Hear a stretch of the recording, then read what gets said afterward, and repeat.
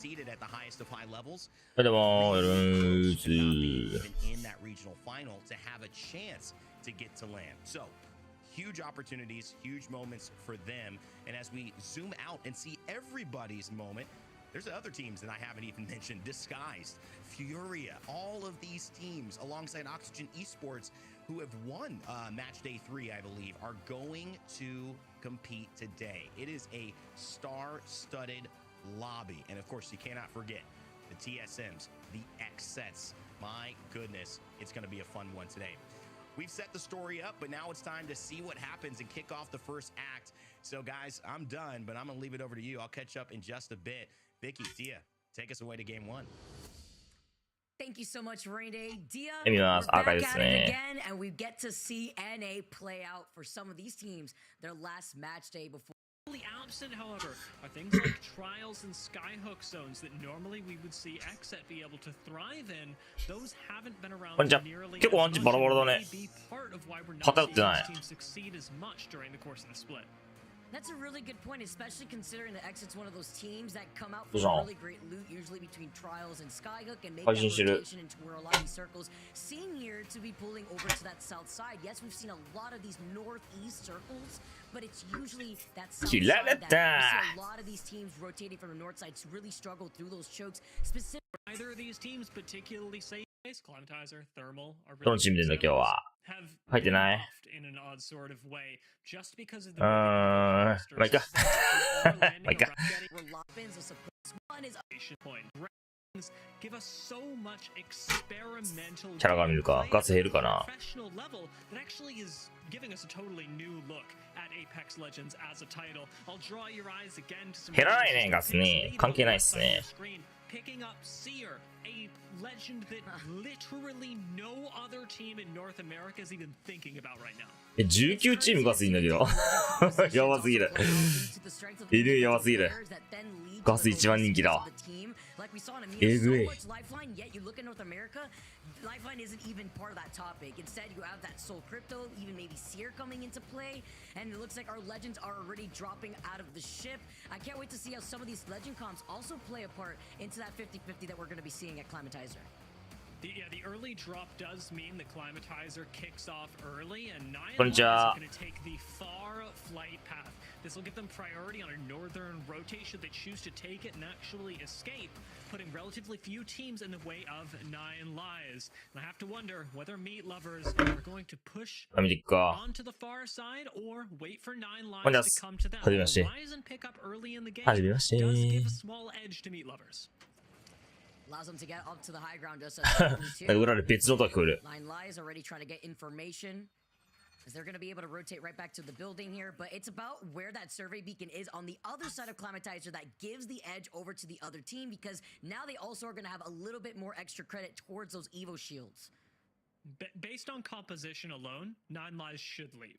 They don't, like you said, they don't have the こいつら beacon, ファイトしないのか and they な。 also don't have a horizon. They've chosen to run a 見えんのか。 composition that, just like everyone そんなん else's, でいいのか。 as the standard composition of right now, Bangalore Caustic Bloodhound should be letting them succeed later on into the game. An early fight against a horizon is just too much of かぶせるくせに戦わねえんだな。 put your whole game on early on. So I like that Nine Lives are moving away. Meat lovers don't want to force the issue either, and both teams get to live. 逆になんでかぶせてんだろうこれ。 Thrive.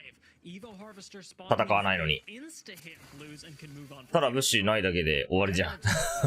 ただ物資ないだけなんだけど。端っこで。コースティック19。なんて今。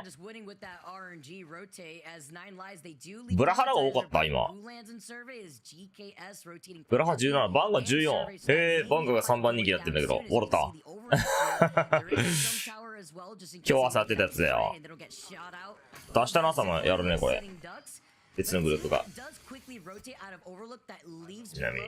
open for this rotate out of that other side of Climatizer is Sentinels. This is a team that likes to play already within where that next circle is going to be pulling, so they waste no time usually when it comes to those rotates.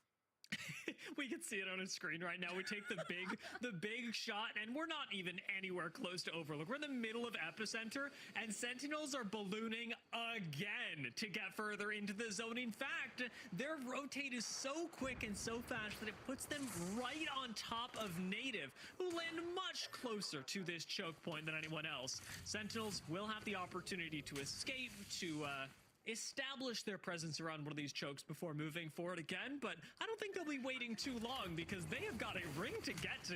おっとベリンがやばい。オーマイガー。もしくは手前いた。 The floor is where they're sitting at right now, looking at Vayne. Reed splits his attention right behind him, sends out the caustic barrel. I want to bring attention over to the pick rates that we just saw on top of our screens, by the way. Oof, you already know I'm not very happy, Dia, but it's just because of the stinky man who's made his way after Season 20 into these legend comps, the mainstay comp, and it's the caustic. 19 caustics out of the 20 teams in this lobby. But they may have some room to breathe for right now on the outskirts of Harvester because Furia... G 戦多いな。それ G 戦いなかったね、あんまり。エドグノス。 Bloodhound ult is not one that you'd normally see used offensively. This is very much a defensive ult, one that's meant to buy you space between your rotation and Furia, who, to their credit, back off. Now that you've gotten Bloodhound and Bang ult, I think it's pretty safe to say that you're not going to get a good engagement because the team in front of you is so focused on running away. Furia instead will focus on their own rotate and should be able to pick another fight. Plenty of teams like to come through Harvester, and there's the opportunity for them to even clash with TSM on the way in. Talk about getting caught in that rotation since TSM leaving out of Lava Siphon, but they do leave with an Evil Harvester on their end as well as 2 beacon scans that they could benefit from. But while they do make their way over to Harvester with another survey beacon right there, and the replicator, you can see Furia rotating out, but bringing the focus to the teams that are by the edge right now. Moist has no issue taking these fights to a lot of these teams. That is definitely another team that has no problem having fun. 見返しじゃなくて俺初めて見ますね。 Incredibly confident, even talking about tweets from Waltzy saying, you know what, you guys have 2 APAC teams leading NA right now. How are you guys feeling? And they've definitely been able to perform up to their words too. So they're now going to be able to hang out by this choke. You see Waltzy getting that scan over by a team that's still inside of that vault tunnel. And they're also going to be able to get whatever they need on top of No Name if there is a beacon there. Yeah, and once Moist hit the survey beacon, they'll have the data that meat lovers are rotating behind them through Geyser. There's opportunity to cut off, say, meat lovers on that choke if they would like to, but I am really curious with this prediction that Moist can now make based on where other teams are in the zone. Where will they think that the strongest position is? Do they want to play through the edge and look for kills, or are they going to try and get into countdown like everyone else? To see what their slow rotate. Opposite side. TSM 変わらずだね。リジェクター5試合目6試合目いないのが結局戦局変えてあるんですね。どうすか？わかんない。なんか変わったかな？わかんない。どうだろう。The end game skyward dive, the TSM Valk ult Hail Mary that cost them last weekend a few games. Ubing isn't the same with some changes too. There's startup to taking out your weapon. You can't preemptively wind up an ability, dropping out of Ubing, and that comes into play with the way that you may want to try to delay these Valkyrie ults into final circle, which is why we're seeing them quickly rotate now back around to thermal station, where Legacy has not moved from their POI, as we also see where the circle's pulling over to the north. Sentinels ポジいいね。 It's interesting how long いいのかわかんないけど。 chosen to take おー、やった。 slow move. この後ユリス軍団がいいね。 Disguise pass up through thermal into Mirage, but TSM missed them both. Now that they're stuck in between these 2 squads, I think that endgame Valk ult that you talk about is becoming all the more likely, Vicky, because TSM have given up a lot of time to get to the Evo Harvester, and that means that they're not going to have great position on a smooth walk-in towards rings 4 and 5. That's a really good point. Ooh, oversleepers. Try to take a nice little cheeky angle with the Sentinel. Backing away. He did use that Nox nade, though, from inside. Didn't get the credit that they were expecting, at least from that team that they were trying to gas out of that building. It looked like they may have wanted to get that 2万ドルか。but they're getting pinged by another team in the distance and look リジェクトが$15,000 ドル。 It is moist. MT taking good chunk of damage, but the team in front of them is stuck in between two teams before they rotate out. Terrible spot for oversleepers to be. It leaves you with really only one place left to play. 中目のチーム動きやすさ見えたんですよね。どうだろうわかんないな。リジェクトそんなに仕掛けるタイプじゃなそうだけど。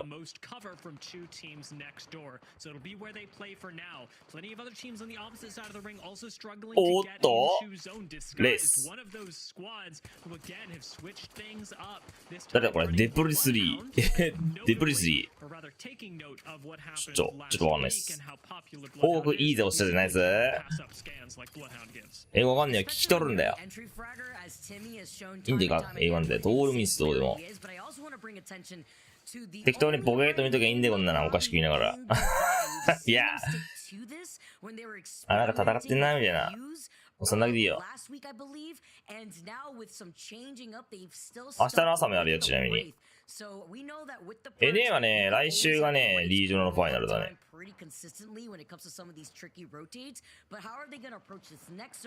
おっと、レースボットある？レースをどう使うかちょっと見たいね。誘拐しようとしたんか、今。スキャニング！SKRT 死んだ。SKRT ってあれだっけ？アルブラがいたとこだっけ？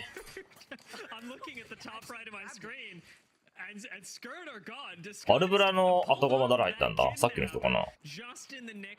レプリ3みたいな。世界大会5月上旬って公式言ってたよ。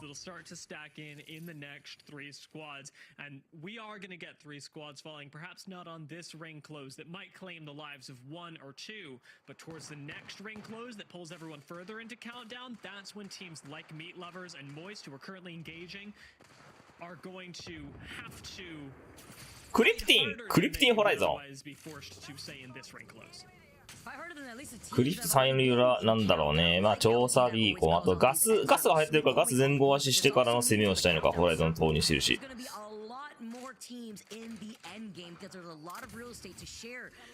まあ情報取りもできるけどね、どうなんだろう。バンガルト入れて味方守るのかな。攻めようとはしてなさそうだよね。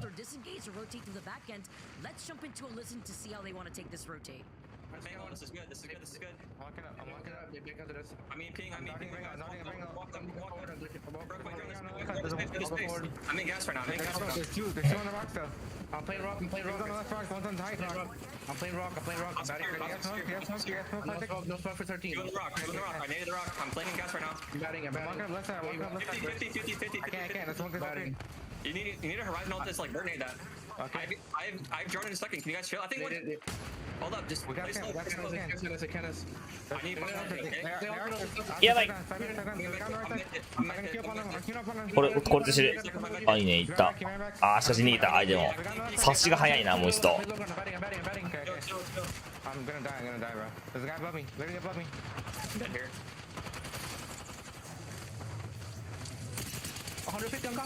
降りた。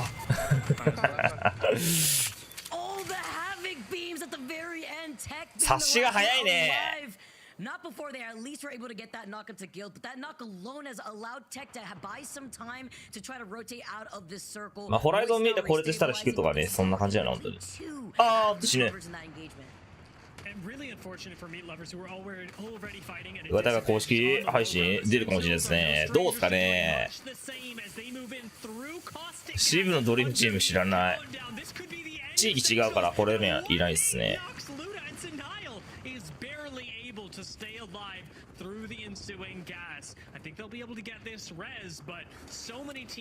なんか挟まってる。As Moist start to move in, they may actually encounter Sentinels relatively soon, as lots of attention will be coming towards Countdown from the eastern side of World's Edge.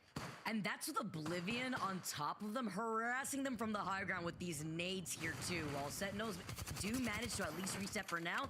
You mentioned Moist, and they're moving in. MT is literally one, but will have some time and space. Oh, the Rolling Thunder actually got away. It was just a second しかしさすがにこれはきついんじゃないか。まあ促進もやってワンチャンパワーアップしてワンチャン。He throws out that Nox gas, and now he's gonna back away in time to reset here. DNO get eliminated in your feeds with フォールツーフォールツーパッタだからワンチャン返せる。 Unfortunately, scanned from the back just as Waltzy's ult goes off. Beast to the Shield heart may not up. be enough to save Moist.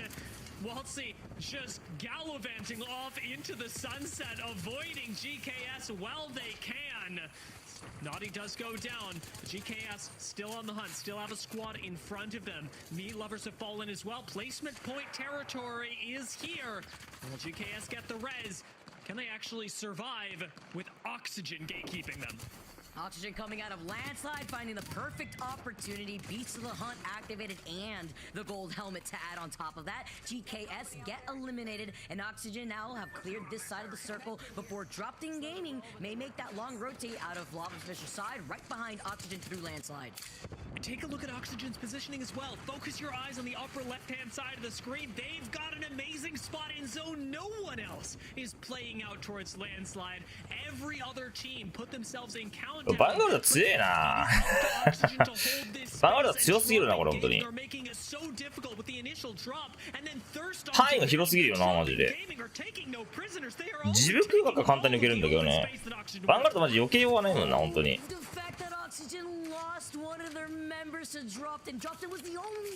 しかもスタン長いし。やっぱ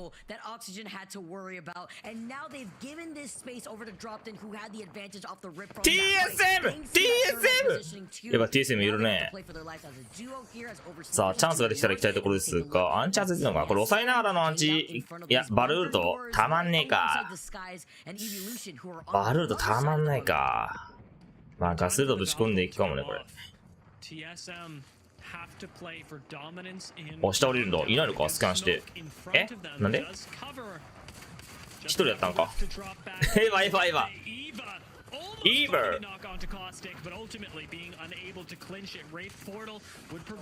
いや無理だ。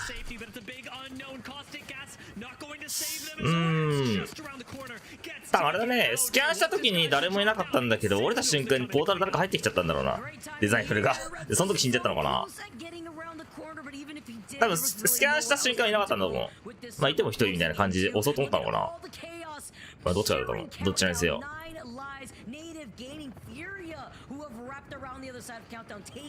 なるほどね。なるほどね。死を使ってやがる。これは振り打ちだ。知らない。また空爆だよ。万学空爆。ストレスだもんなこれな。万学空爆。スモークはまあ俺は全然いいと思ってるけど、万学空爆ちょっとこれストレスたまるねかなり。遅延行為がちょっと強すぎるなこれ。強すぎるねこれね。ぶっ壊れだ。 OP ですね OP。 パーク使ったら3分でこれ1回使えるからね。あぶっ壊れです。ぶっ壊れですこれ。俺9チーム残ってるね。スクリームとは違えわ。Oxygen taking care of Moist 2 in the feed while they're playing up that low ground while all the fighting is happening on the other side. この試合で上位何チームかだったら何回出れるんですか。いや関係ないですね。リージョナルファイナル行かないとまずいけないから。ウィークああ36戦行ってリージョナルファイナル出場が決まって、そのリージョナルファイナル結果次第で世界出れるかどうかですね。Sentinels are rolling this lobby, and it is a totally unprecedented move in split 1 of year 4. Sentinels who have been ガスやべえ。もう絶対弱体化だこれ。バンガガス絶対弱体化だこれ。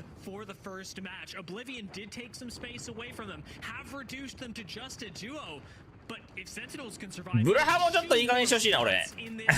ブラハもちょっと俺いい加減にしてほしいな。gotta put some respect on RKN's name out here, putting himself on the board with changing up this composition, welcoming seats in 20. Oh, no. Drop from the high ground. There's another team of mine that I wanted to watch. あー、ガスの見方だった。 Fun. I'm not too sure if that そうできた。あー、足が浮いてる。開封。いやー、出た、バンガ空爆。もう無理だろ、バンガ空爆マジでこれ。オブリブしだ。なんかすごい。漁夫のいってる。DIG。DIG 結構成績良かったよな、そういや。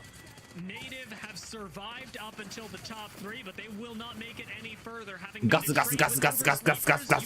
あ、また空爆。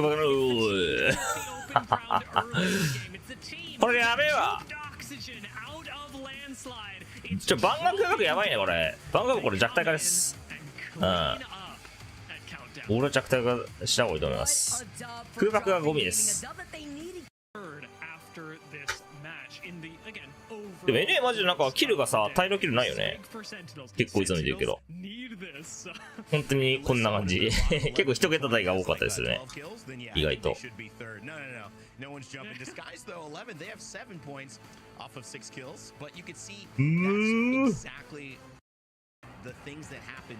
で、またこぜ。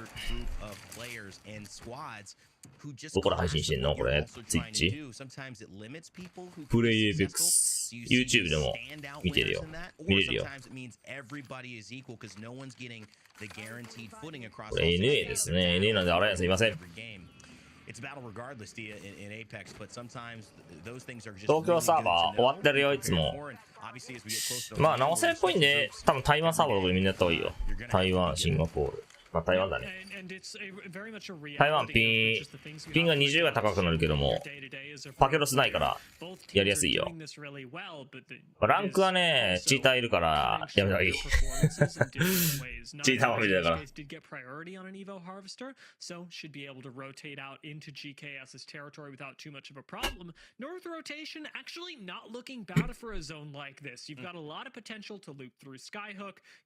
オキシジェン早いな。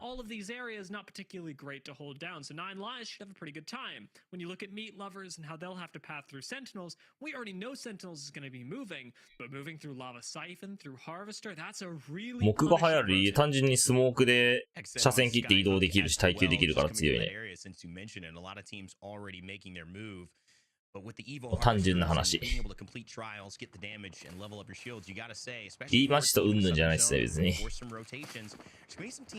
生きられるんですよ、バンガがいるかいないかで。配信お疲れ様です。カメラ。lot faster and still rotate because they're on the western side of the map at least. They could be coming into that final zone with a big advantage, and this is a day XSET need to make it happen. And if you're a team like Oxygen, who we actually just saw on screen, who have been forced to rotate in not just with blues, but with whites like Native are now. スケアってこれ2名変わった？これ半瓶みたいな人いたっけ？半瓶みたいな人。これやがったね。いや、いるか。わかんない。どうなってんだこれ。誰が変わったんだこれ。The ult is the big thing that's changed. If you're not getting this, you're playing with old Caustic, and nobody picked that. And one of the reasons too, I just love the power creep. I'm sure it's been something. まあアルベラはこれいったチームだけど。2人変わったかな。どうなんだろうわかんない。You know there are certain levels of that power. Some come later, and Gibraltar, one of those legends that he's. 2人変わった武器のな。スキューリーだけなんか残ってんね。But one of his major perks is at level 3, whether you're going baby bubble or bubble bunker, and you're extending the tactical time. For Caustic, the major perk is level 2. So there's just so many things that have brought this character back into viability.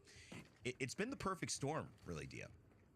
It really has, and it is worth noting that though they haven't gotten a lot of screen time today, there is one squad that's running Gibby in today's games on World's Edge so far. DNO have chosen to make this selection, so if we get to see Baby Bubble or Big Bubble later on, we'll at least know who it's coming from. Meanwhile, Evolution should be able to get a nice skin. Without a bubble, a smoke will do just as well to get you not only extra information, but extra evolution, since they're, you know. バンテ使うんだ。ライフラ。まあライフラまだワンチャンあるから。ワンチャン。 Part of the elements here in Apex is that, and we get to see and hear and witness. バンがスモーク一つでもいいですね。 All these players, they're gamers, they're pros, but 空爆がなんかゴミなんだよな、正直、俺の中では。スモークは別にいいと思うんでね。空爆がちょっと範囲広すぎる。広げらんねえもん、あれ。フュ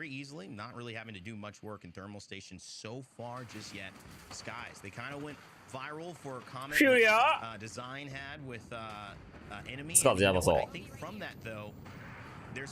傷はとコースティック。is using to fuel their motivation to keep going. They were great at LAN, but now P20 208本20半歩あっちー来た来たー勝ったーガスだけ死ぬかそういったおー202 202 202 P20 おそらく使用率1こいつだけだ昨日多分エイパックノースでも使ってる人は 1ミリもいなかったけどねオーマイガーガスで死んだ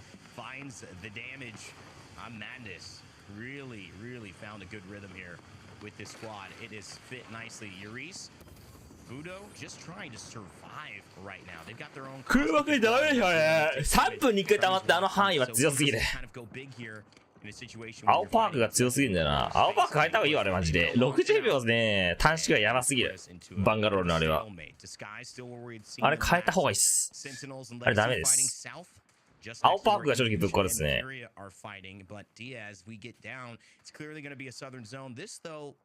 上爆でスタン、いや、スタン増加もいらないですね。ダメージは別にいいけど、スタンが長すぎるし、範囲が広すぎる。競技本日とマジでね、今。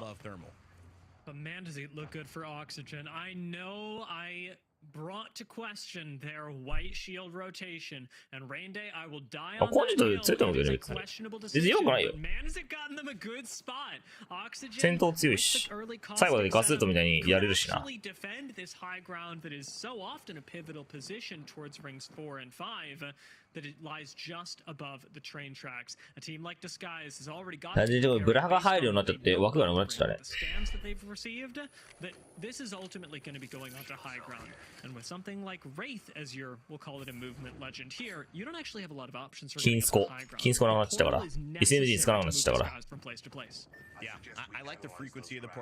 ャラってパワー差大きいね明らかにバンガはマジでおかしいあれ青で60は短縮がやばいねせめて紫だろ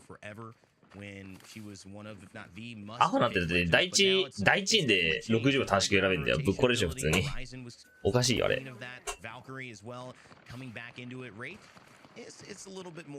レイスは紫なのにバンガは青なんだよなキャラってちょっとねパークおかしいよ普通にフューズのパークなんかクソ微妙だし全部クソ微妙だしバリスティックもなかなか微妙だしひいきだひいきだひいきだこれな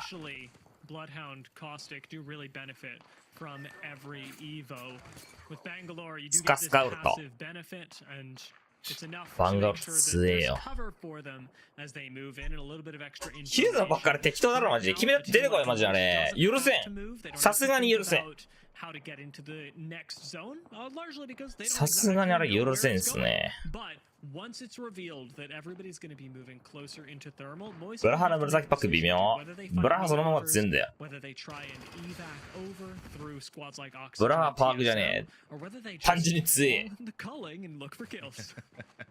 て17チーム採用してるからねこの大会すごいよもうブラハのスキャン嫌だ本当にウォーラックやめてくんねマジでウォーラックやめてくんないっすかもうやめませんウォーラックもういいですバンガ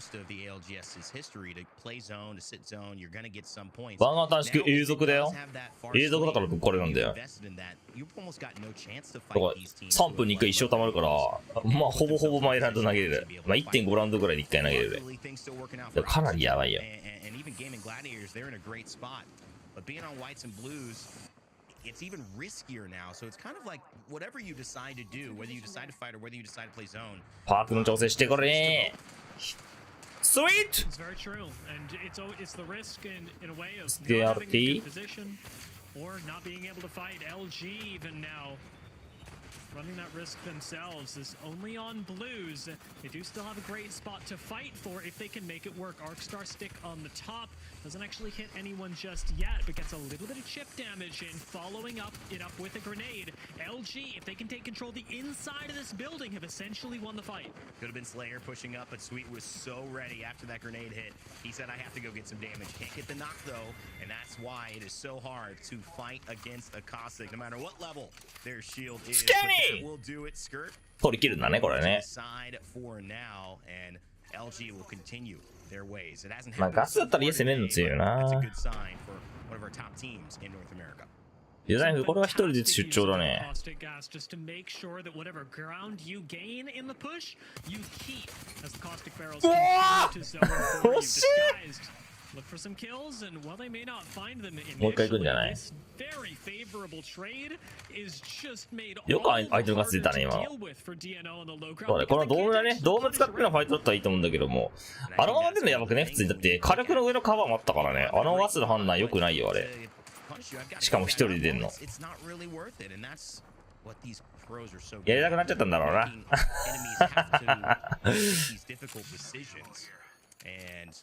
give up something in order to get it, and you know, a lot of times, you know, it's just not worth it. Next set though, I've really wanted to see how they would bounce. そう、空爆一生降ってるよ。だからマジ終わってるよ。ガスの青パークね、ウルトの効果範囲上がる方9割、投擲の方は1割だったね、NA は。日本は若干減るかな、そのウルトの範囲が。まあウルトの範囲の方がでも多いね、全体的に。Yep. We should try and get these kills. Nothing's on our right on the beam. I don't see anyone Dorito. Dorito? Okay. Yeah, I don't see anybody. The bang's running south. We should go flat. We should go west. We should go west. 100 on the caustic. We should go west. Yeah. Blue and east. They're running. Yep. Let's go. Caustic flush. 30. One shot. Peeking over. Yeah, teamer. We gotta fight this. We gotta fight this. We gotta fight this. One middle. まだ空爆だよ。これで立て直しよう。立て直しが相手下がらせる。ただ入ってないねこれ。I need a bat. Play slow. Play slow. I caustic the door. We need to push forward. I'm one after that. Yep. Caustic 50. Behind us, we're getting mirrored. We have to kill forward. Caustic cracked. No. Blood one. Blood in. That's all you. I couldn't do anything. ドンマイ玄米しょうがないしょうがない。運が悪かったねこれね。うん。やばい。位置が。もうギルド一人か。やべえな。うん。木助。なんか、リング背負うとね、スモークつけちゃうのクソだよね。ブルハーパッと決まるどっちもいい別に。Pick up some much needed HP as more teams are sure to come in from the north. This zone continues to pull into the south, and squads Furia chance are gonna have to move into this, whatever this is. Fully just aping Sentinels. Unbelievable. These two teams put themselves in one going home type situation. We both are not making it. すごいとこあんちゃうなこれ最後。 But just as I say that, RTN says, well, okay, let's change the rules of engagement. おーっと耐久。バレたら死ぬ。 It's a tough spot for him to be in, though. As a Caustic, no movement abilities on the low ground. RKN is just going to try to maybe get some placement and stay out of sight. But inside, oh my god! 俺だつねー。ディスラポーター。お腹降ってきた。撃っちゃってくんねえのか。Vert nade doesn't connect in a punishing way on oversleepers, and instead they'll go for the nade, or the res, excuse me. Arcology does cover for a little while, and another smoke gets expended. The amount of resources that oversleepers are putting in does make it more difficult for them to move forward, but this is not the final boss. Oblivion hardly matter right now. It's all about moving forward as fast as possible because you've still got to fight through Gaiman Gladiators. Teams are going to have to rotate. Skinny! Only 3 teams, maybe just a little bit of Gaiman are in zone right now. Everyone above or below and having to run. Oblivion with a scan arcology. Not even working with a shield battery he could use right now. Just trying to make it to safety, and he does, at least temporarily. And I think this is a good call. You don't have enough healing. Just try to do damage. Try to help your team in someガスやべえ。 But I'm not sure he's going to have the chance. 見えな。スモーク環境。 Without ult, especially Ah! on Bloodhound. I mean, スモーク環境ない。 is not going to help you in this scenario. R45 マスフ。ちょっと弾ね。 Oblivion have a sliver of this zone left to play. And they're entirely focused on gatekeeping. これコンディション今日振るんじゃないのワンちゃん。 Drop in, don't get the shield swap. ワンダウンしてる。じゃあフィーで抑えてる。ガスがあるな。もうガス強。 And the third party isn't going to be available for a team like Oblivion, who as a duo have no chance of taking out Furia. Yeah, GK DSG いいね。いやよくはねえかあんまり。 They're going to have to make a tough decision on how do they rotate. LG also in a pretty decent spot. The Skies have gone up north from where they started. They've maybe walked 20 feet in this game so far, but it's been good for them. They found purple somehow, Dia, and that means with 15 points sitting in 4th already, they've got a chance to win.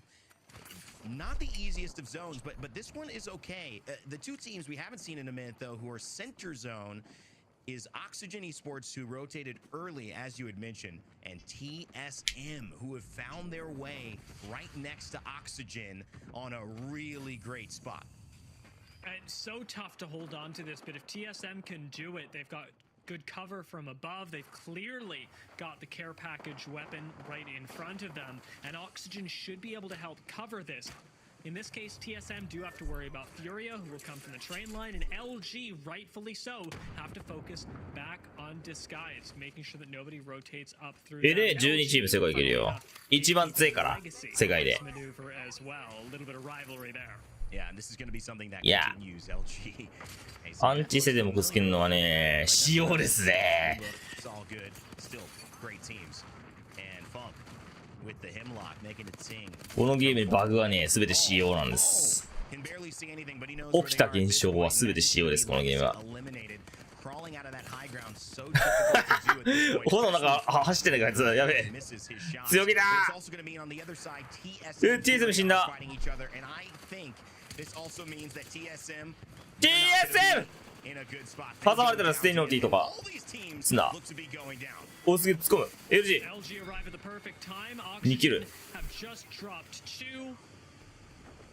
It should be just Oh my one god. solo member of Oxygen left. LG LG 有利だ LG 有利だ有利どこ騒ぎじゃねえスキャニー Let's go, let's go! まずかっけりたいけどねテレミットテレミットいやいい燃え方してるねただもうワン分かってないのでちょっとむずいかしかしスイートは展開してるこれ勝ちだねいやあー出たよ Third place right now overall. While this team is a team we're speaking of in such high regard, even though it's expected whatever Sweet is doing, Slayer and Funk, they have put together just a roster that. まあこれ上にカバーいるから大丈夫後ろか来ないからやばい Final 3 on high ground with really not a lot of contest. Look at the evac right behind. イーバー壊したからなこれイーバック壊さないのかこれ壊さないのこれ逆に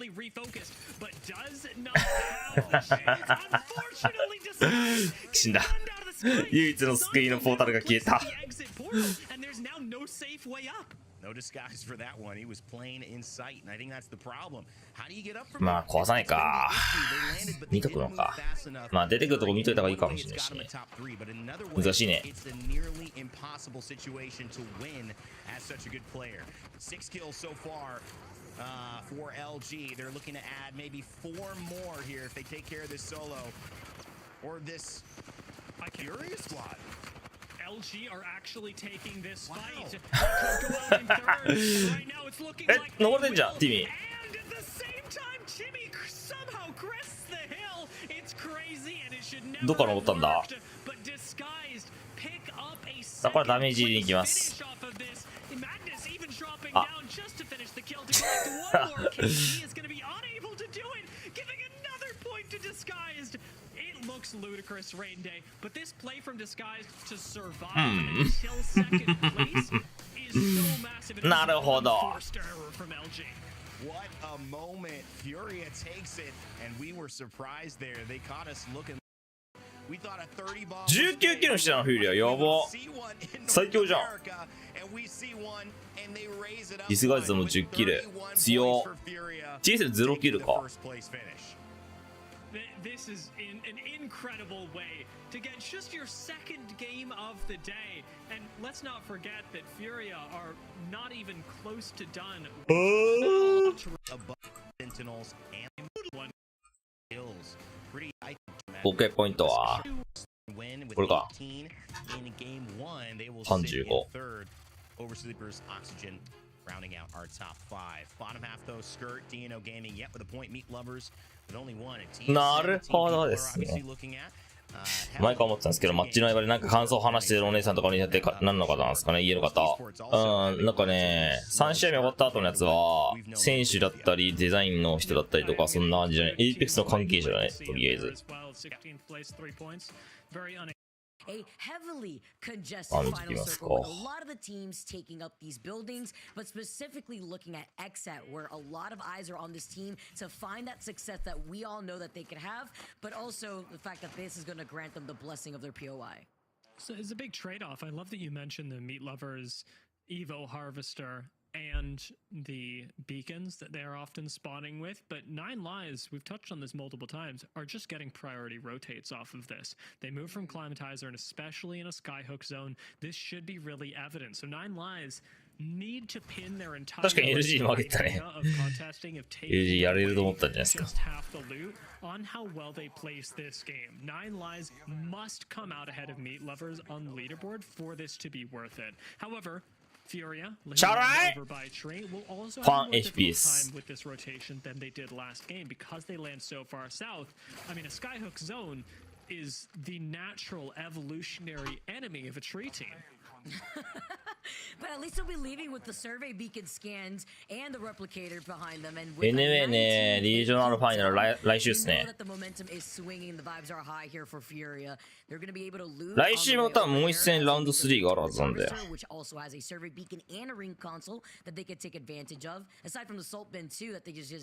か。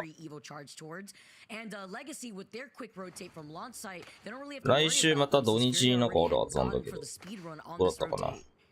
Yeah, let's not forget too, assault crates are so crazy because you not only get more Evo, which means that your legend gets better and your fighting capability gets better, but you also get attachments, which means that your そうね、来週ね。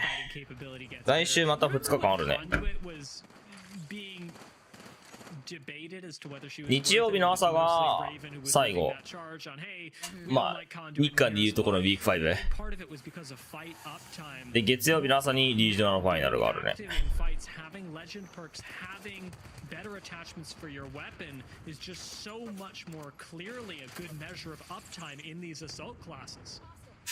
リジェクターと TSM ラバサイショートファイト、まあ当たるだろうね。まあデバイス的な話で言うと TSM の有利。2パット。初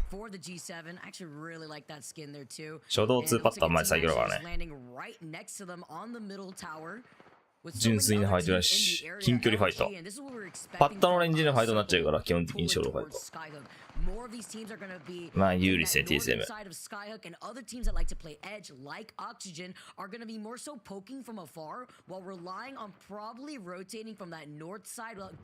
れ、明日 BC 来週だっけ？ちょっと、どうだったっけ？もう一回ちゃんと見てくるわ。Everybody is going to look at that and go, oh, if this zone is going Skyhook, I too would take the center of it and the high ground. Native, while they have that, you already mentioned don't have scopes. I'll also point out, don't have a natural way to sustain without Watson or Light. 明日でリージョナルファイナルは明日。あ、ごめん。リージョナルファイナル17。3月17って書いてあるわ。It's going to be really difficult for Native to actually sustain this position as a 日本時間だとリージョナルファイナルが18日の朝8時とかちょっと時間を書いてないからわかんないけど I love how you bring that up because that also goes 来週 into 1 play 日だけ with だ how certain teams with their comps play サマータイム始まるで7時スタート。朝だ。7時スタートなんだ。 whether it be evil shield 朝7時からなんだ。やば。 ammo, how they want to take those fights, and even コアスティック20になった。ピック。 Right now we got 20 100% ピックで see す。 that happening until we are down to the top 15, and they're going to be in a tough situation depending on how more of these teams rotate into Skyhook with a lackluster spot to rotate in from when they どのチームが勝ちますか知りません。 Talking about わかりません。 rotating, Furia actually taking a look at a team 将来のことはわかりません。 who had made that southern map rotate over on the outskirts of Countdown. And isn't it funny that Fury are watching Legacy rotate by them when it's Legacy that should, by all metrics, actually be Fury who get the first rotation, who Legacy was mirroring this whole time. Fury have taken this lackadaisical path through the ring so far, and while they have a good spot in landslide, they've now been overtaken, meaning they can't move any further into the eastern, or rather western side of this ring. They can't go through Countdown safely, and instead have to either move through Grandma's house or, God forbid, the tunnel into Skyhook. If we do go through Grandma's house, there is an Evo Harvester there that they could take advantage of. And that's some of those rotates that a lot of these teams are going to be taking note of. Aside from the Evo Harvesters, it's also just something that we've seen before where a lot of teams like to wait around those Evo Harvesters and take a jump on a team that may not be expecting it. But for Fury here and the Evo Harvester ahead of them, they don't have to worry about that. The closest team to them is actually Meat Lovers across from the train tracks and DNO who are flying onto Monument. But you can see a lot more of these teams talking about TSM who are taking their time, Disguise playing more so by the edge, and actually finding this rotate through Lava Fish, or hopefully one of XSET's members does not get called out for being a solo south of Trials. Real quick. Very high stakes fight happening right now. 9 Lives versus Meat Lovers on the far side of the zone.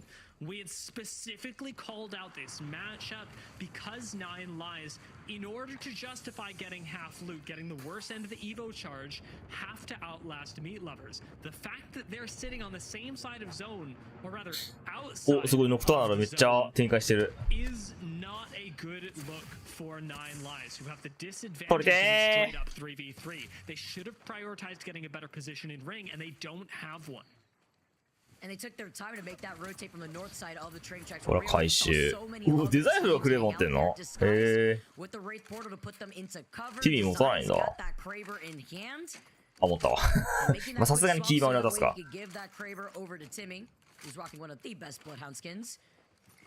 They see that there's a team right up next to them that is rocking that triple take. Right on the north side of Trials is Exit that we made note of before. So it looks like that member of Exit was able to get right back into safety on the high ground of Trials, while TSM now make their rotate deeper into this next circle. DNO, we saw them flying in over by Grandma's house, and they're about to take this fight with Meat Lovers. I know Meat Lovers can fight, but can they fight a Gibby? いい空爆だ。やっぱジブなんすわ。しかし2人で攻めてんだけど笑ったな。強気だな。ディスラポルター。ディスラポルターいいっすよね。競技はレブラントがいないから。レブラントいねえからよ。競技シーンはよ。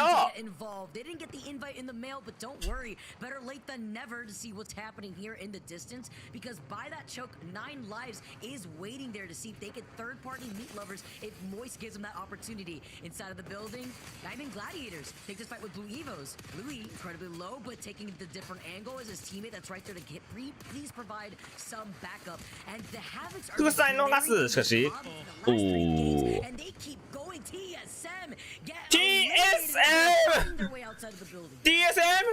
どうなってんの？あの TSM が3戦連続ずっこけてねえか？大丈夫か？ TSM! 俺たちの TSM が負ける！世界がてかシードとかないんだなこのゲーム。チャンピオンシップ優勝してもシードなし。お前が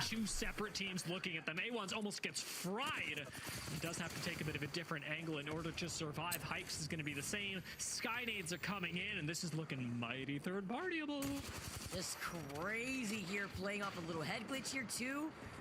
Crazy to say, TSM is that first team out of う this りー lobby. これ The Nox grenade up to the heavens. お、いいですね。しかしこれ行かないと避けられて終わりだぞ。 On that Nox gas. Are you いけ、 kidding いけ、行くしかない、行くしかない。いいね、いいね、いいね、デュプレックス Waited to see if they could デ get ュプレックス神 some of the Nox as Duper バボミバボミさあ、ドームファイト、ドームファイトピーキやるのかドームファイトピーキやるのかつえーしかしこれ、蘇生されちゃうな。お、もう一度来た。ラッキー。これで核入っちゃうかな。核入った。あれ、蘇生されたね。蘇生はされたんか。オキシジェンが来てるわ、さらに。もう一度ガスだから突っ込めるぞ、これ。っていう世界厳しいのかな、どうなんだろう。まあ、そんな余裕がある方ではなかった気がするけど。バボミバボミバボミ挟まれた。And they take control over this building. DNO get eliminated with 17 squads left. Guess it was a good thing that 9 Lives had managed to rotate away before all the chaos happened over by Grandma's house. コースティック採用だよ。NA100% 採用だよ、ちなみに。全チームいる。すごいぞ。メタ。ガスメタです。弱体化です。さよならガス。君はランクでもそんなに疲れないのにさらに弱体化を受けるのか。かわいそうに。終わった。終わっちまったよ、コースティック。もう使うことはできない。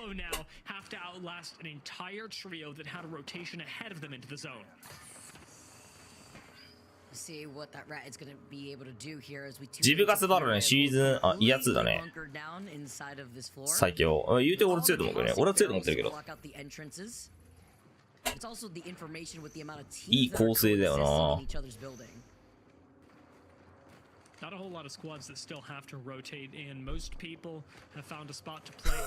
いなくなりそう、コースティック。絶対弱体化入るわ。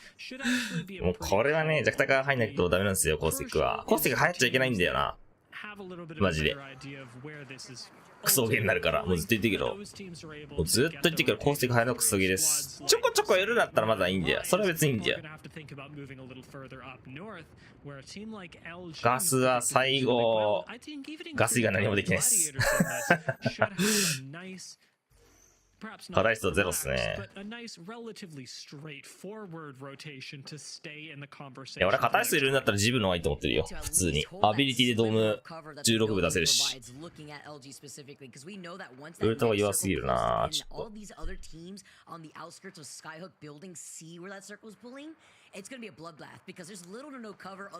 強兵コースティックバーン。確かに。or whether they funnel themselves out into the line of sight of LG. I can't help but smile. I love the way the Disguised are making use of the Wraith right now, and I hope that other teams are taking note. Just the ability for Wraith, like we've already seen Designful save Timmy with a nice portal to get out of the line of sight of Xset. We saw Disguised just now portal into this building, making it a safe rotation with so many other squads in the area. They're even able to use it to control 2 buildings. これ死ぬようなことがあったら1000番だぞ。Wouldn't have imagined that's what it looks like for them. Portal, and the shorter cooldown on it has saved this guys multiple times, put them in great positions. エヴァ持ってる。いいな。バルコス自分と、いや別に嫌いじゃないですよ。だからコースティック早すぎてダメですね、これ。弱体化です。コースティックが早すぎはちょっとダメですね。ドームファイト合戦。ジビお、フューリア VC ですね。ダイナミックローフ飛び移ろうって感じ。ダイナレッツゴーベビースキャニングチャンスこれやるしかない。あマイガー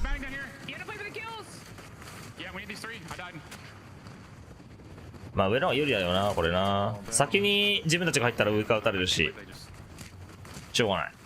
結構しょうがないところである。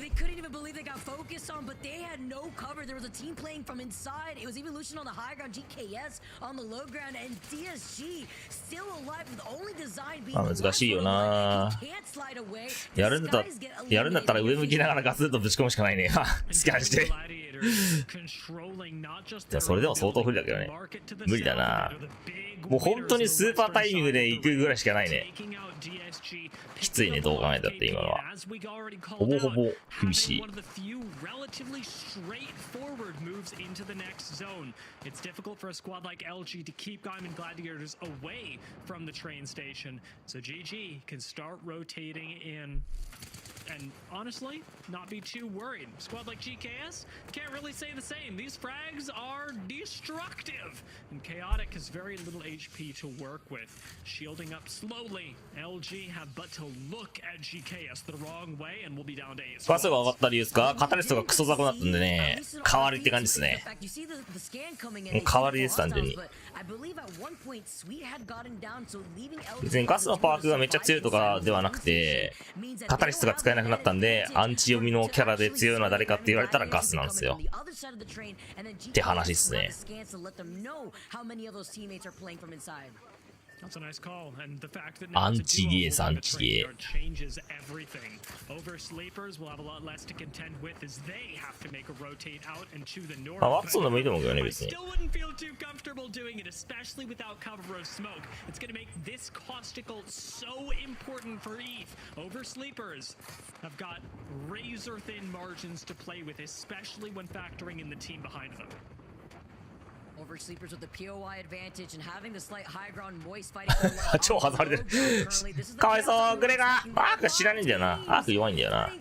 丸グレなんですよ、ダメージは。アーク弱い。アークマジ弱いな。ダメージが出ない。あの距離だったらもう本当にダメージすぐってちょっとしかいねえからな。丸グレなんか意外と距離だってもう100とか入っちゃうしな、簡単に。やば。あ、死だ。丸グレなんさ、時代は。Such an awkward course of events, walking straight back into the rolling thunder like they had no choice. Native now come in for the third party, and Luxford gets a shield swap in time to stay alive for a few more shots. Ultimately, likely going to go down. Native have just a knockdown shield to play, a sliver of cover just underneath this bridge. Will it be enough? Sentinels have come in for the third party. Luda wants to pick up a few thirsts, a few more kills, as it's just one for Sentinels so far, and they can look for so much more. Native go down top 5 for Sentinels.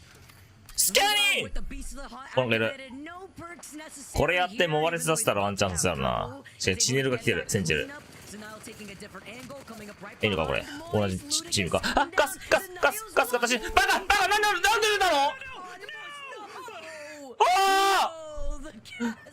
あれ？ちょっと把握してませんでしたね。大会ということもあってちょっと視野が狭かったですかね。やってもった。これはやってもった。これ慣れてますね、おそらく。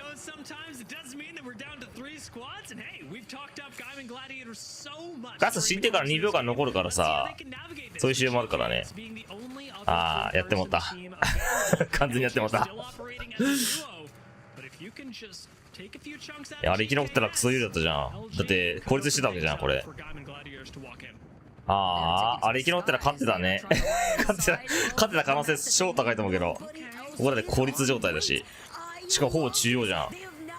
逃した。センチネル逃した。チャンピオンやってもうた。ちょっと手前があった。まあ2名だったんだね、しょうがないね。惜しいなぁ。まああるんだよ。プロといえども。11キル。LG2 キル。はいはい。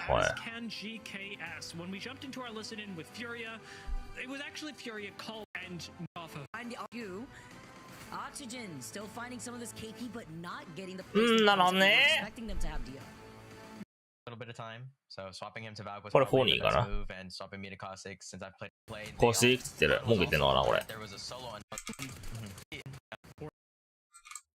information on this minutia we don't often get to see on 35。接戦だね、NA はいつも。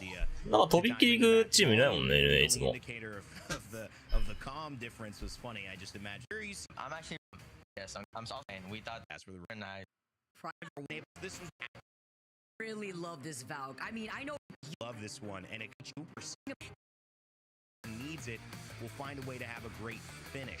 小さい爆散した原因知らねえ。なんかファイト分かってないな、あんまり。 I think the other thing, Vicky, that we don't see here. まあ、バル入れてる分、戦闘力落ちてんじゃないかな、ワンちゃん。Mill fights or Moist legacy going back at it. When you have these 50-50s, it's different because you can have a team that lands. 外ムーブ構成ですか？マットマギー。レイズ構成ですね。はい。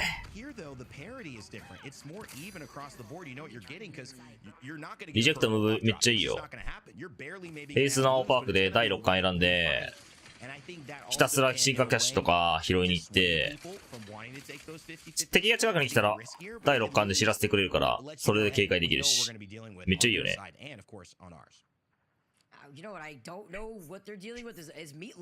で、股間湖も巡るし、やばいよね、結構。かなり強い。だ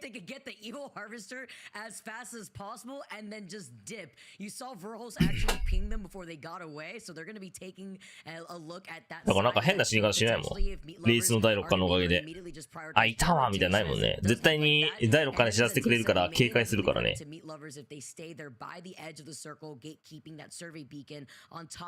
第6巻ランク強いと思うよ、俺。俺は強いと思うよね。だって気づけるんだよ、敵に。すごくない？普通に。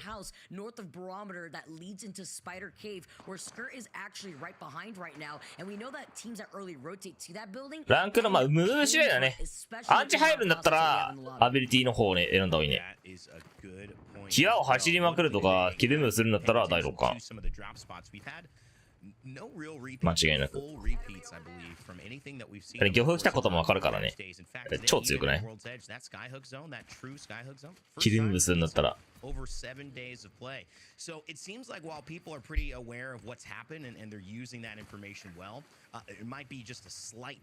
あ、キルムーブするんだったらね、アンチムーブする人はアビリティいいよ、普通に。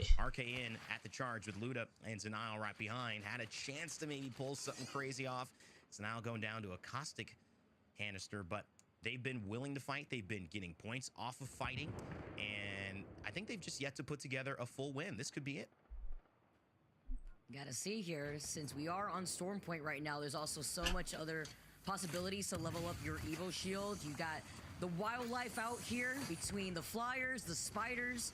Aside from the Evo Harvesters and the bins themselves, Native Gaming, one of the only teams rocking the Seer, by the way. Seer, Bangalore, and Caustic sliding down the kill. But Klein has been making this work, and this is definitely one of those left field legend picks that has allowed Native to work into their strengths, even if it's not the traditional Bloodhound that we keep seeing from these other teams. I like Seer on Klein. Vicky, I'm a big fan of that.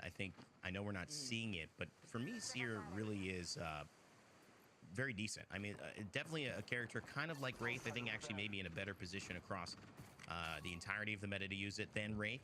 In terms of the value of those skills are still incredibly valuable. You hit somebody with a focus of attention and exhibit in terms of team fights are really game changing. And when you have a character that when he does the right things can change the game, I think he's always going to have a presence. Seer sometimes, though, in our leagues, just a little bit of everyone's doing it or nobody's doing it, very much like Caustic. And right now, it just seems like most of the crew have gone, yes, he's good, but not quite worth it. Klein going against the grain there. But as people start to fly into Barometer, we know that at least a lot of players realize they need to do the same thing here, which is try to find a safe spot early.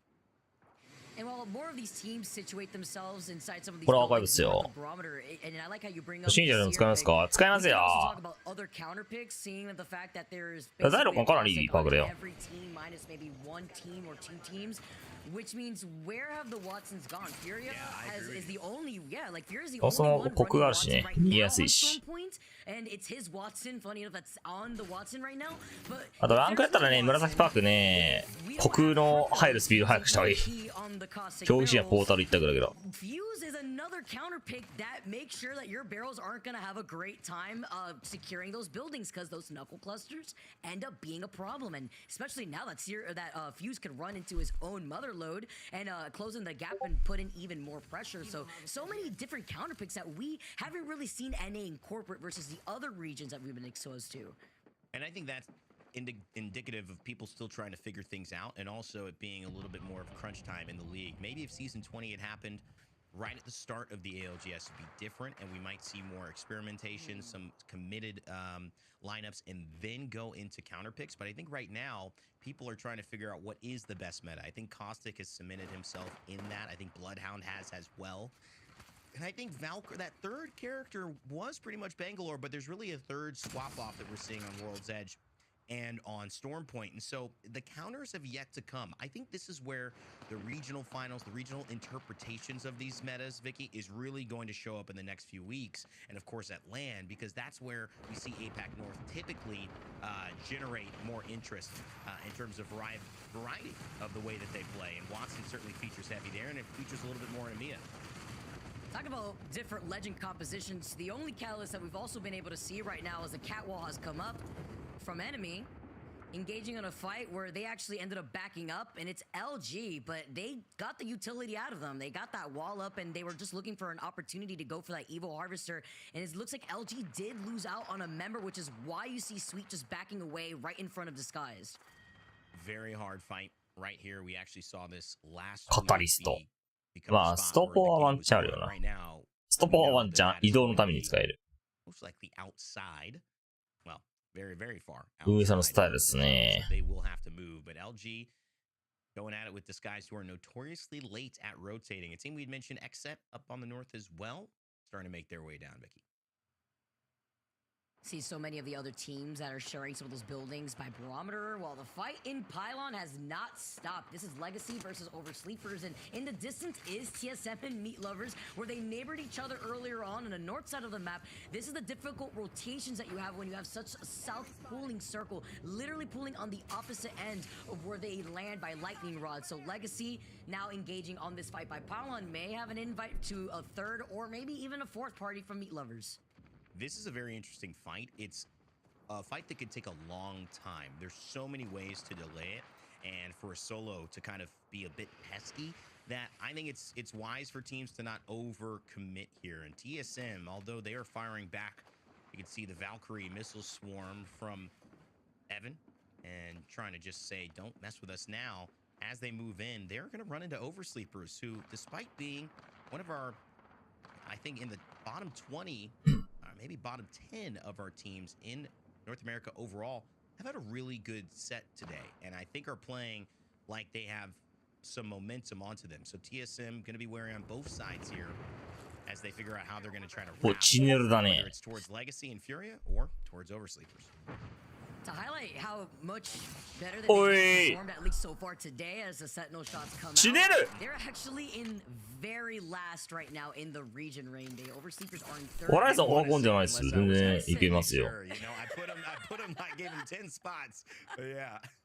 Nobody is safe. I'll say it right now. And they are in less, but this is the ramp up that a lot of these teams need to find that confidence, to find what Season 20 has brought, so that way they can go back again and figure out what they could do to stay on the top end of the overall standings. As we take a look again at more of these teams that are taking their time to rotate, playing by the edge. Meat Lovers have gone from all the way on the other side of Pylon now over by Cedo, and then you could currently see Disguise making their way from Cascade. More of these teams are going to be facing off against each other on that northern choke that then leads into Barometer. I'm thinking the choke that leads from Cedo Station in between the Spider Caves, which is why I said sometimes that small building where Skirt had taken control of early in the game could be a little risky. But while TSM make this rotate, they already got the Evo Harvester right next to them, but they're being gate kept. Let's tune into a listen with TSM to see how they play this out. Really cross back? I think we have to cross お back. TSM? Bangle. バルルト切らないでしょこの距離。下がってからしか使うんだったら。I'm good. あーこれレプスやばいね。There's an extra mech here. There's an extra mech スモーキンやっぱスモークっすわ。スモークっすわ。Grab that mech it. 足速いのも強えな。 Maybe? 死なねえもんな。バンが。本当は死ぬはずのところは死なないんだよな。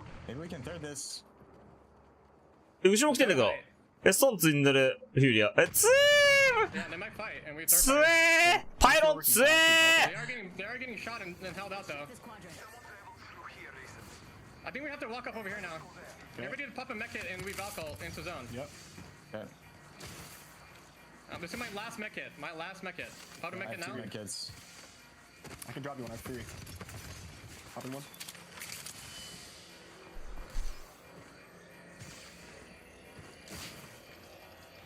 レーザーパーク近くにいたら発動するよ。なんかよくわかんないね。100メートルか50メートルか。100メートルっぽかったけど。結構早い段階で気づけるよ。第6巻。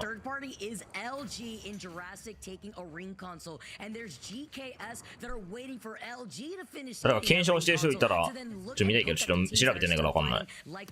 さすがに誰か検証してると思うけど。海外とかありそう。スイッチオメガStill playing this out as a duo, and Funk almost going down with GKS taking some shots at them and Legacy trailing behind them. Amazing stuff there. Just to even 破北系だからな、時代は。Two players for the last couple of times we've seen them after round 3 has closed, LG, but they continue to fight on. Vicky, I think that レー decision ザーが時々痛に発動しないときあんの could be a game-winning decision. あ、リキャストあんのかな。どうなんだろう。 違った。 But the fact that they would have had to get through LG, Furia, Legacy, and then drop in gaming with Disguise probably ガスウルト the exact same pathing by just Scanning! running through zone. They avoid all of those teams Just and that's so cry. pretty and leave the chaos out there. That's the type of decision that a good IGL, an experienced team like TSM make, and that's why they're always. おお、すごいとこ来たあいつら。死んだんじゃねさすがに。さすがに死んだんじゃねえかあいつら。 And that's why you also hear them trying to bounce ideas off of each other too. 死んでるね。 Say, do we third party this or do we just rotate and prioritize our positioning? And this is what you're avoiding here too, because even if they did manage to get through Jurassic Park and get through that choke, また空爆だよ。また空爆だよ。おいおいおいおいおい。 What these teams don't know is where the circle is pulling. Skirt thought it could have pulled towards that northern building, that tiny building by Spider Cave. It is not. It is pulling right on top of Oxygen. More of these teams are making the rotate as the circle closing in behind them. And Disguise is looking to clean up GKS. And again, close to the barometer circle we saw, just a little bit north of it is where it seems like it will pull. Right now, though, the action with the Havoc, Timmy realizes, even with the turbocharger, he's got to make sure he tries to pre-fire that if someone's coming around. But the evac tower is a saving grace. It's going to be about we already know that. But oh my god! Towers, they wave at each other up in the air. Stay naughty and designful. 風船破北って言ったら風船のヘッショチーター思い出すわ。 And one of the things I love about DSG here is they take an edge and they don't try to fight for more. It's not about Godspot. It's just get in, let's stabilize, and let's see what we can get.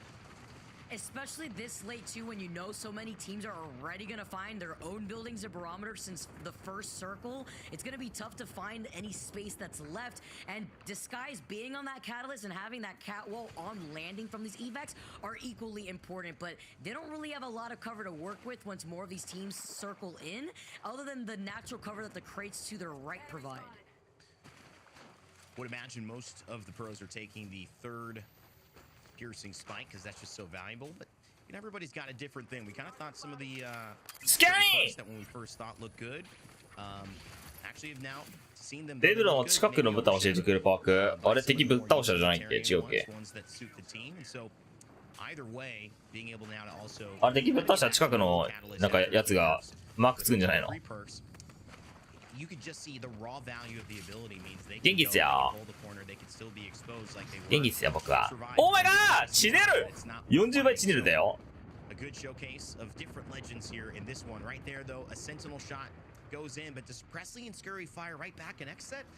こんにちは年間チャンピオン決まりませんね年間チャンピオン決まるの冬ぐらいじゃないのI'm hearing a res happen, evac towers coming out of everywhere, evolution flying in, without Eureka popping the beast of them beforehand, so they just save and get the scan instead. A lot happening with this circle closing in. I also saw that Sentinel shot with the gold sight. Lots of snipers with this new meta, especially talking about the different weapons that have come into play for the meta between the Havoc, the Digis now not being able to be on SMGs, Oversleepers taking this fight, I believe against Disguise, they still have that slight high ground here, and while Oversleepers are out in the open, talking about lack of cover, it's only up to Charmander here to clutch this out.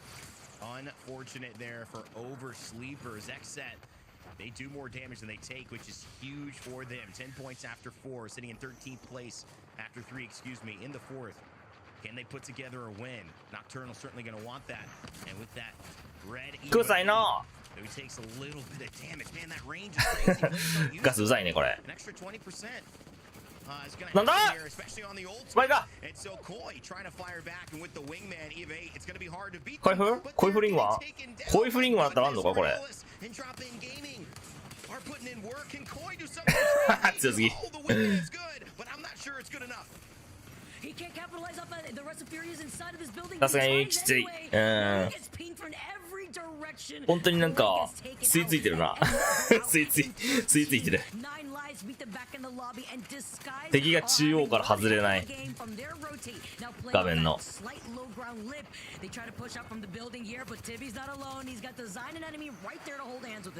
Disguise 40.2nd place, but they haven't had that W yet.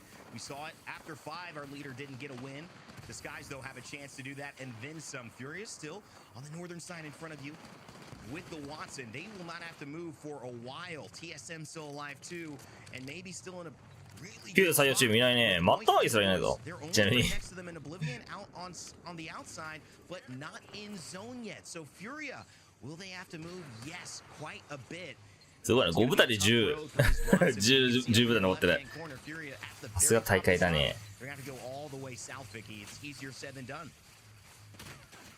How can they figure out this rotate here? Skyward dive?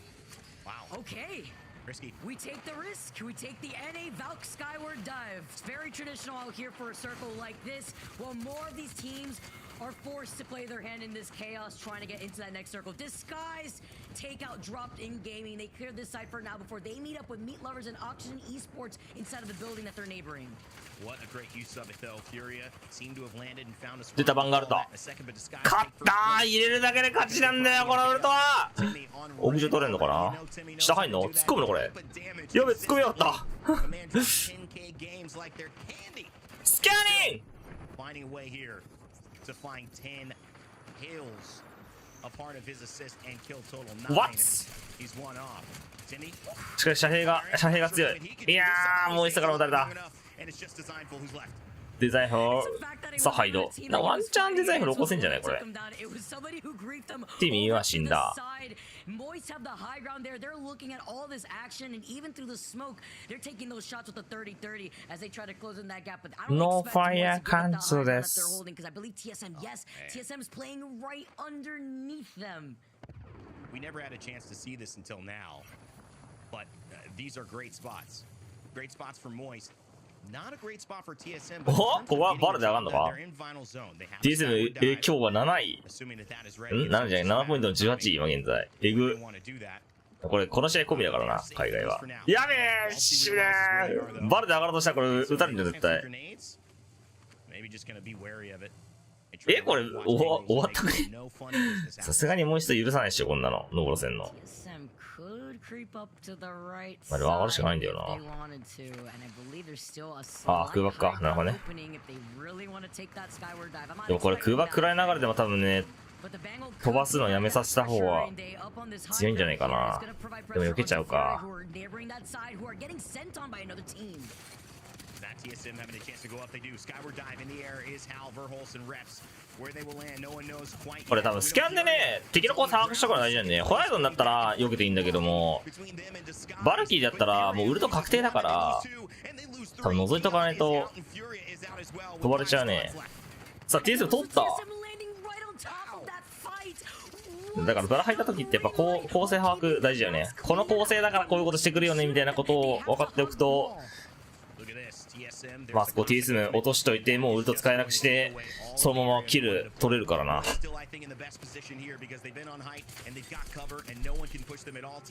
あしかしポジが強すぎるこれは。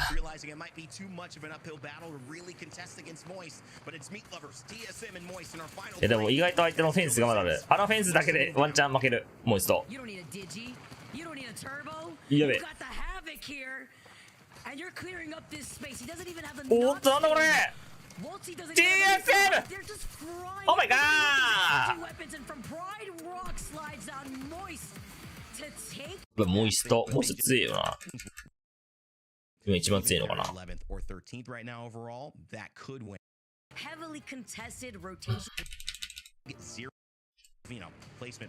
う11キルですか。素晴らしいね。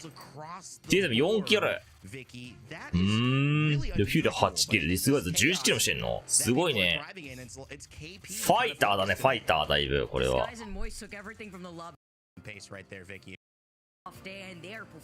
ーラ46、ディスガイズ45、強っ。すごいね、接戦すぎるね。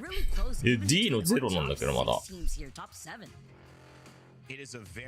D のどこで死んでんだろ、これ。4000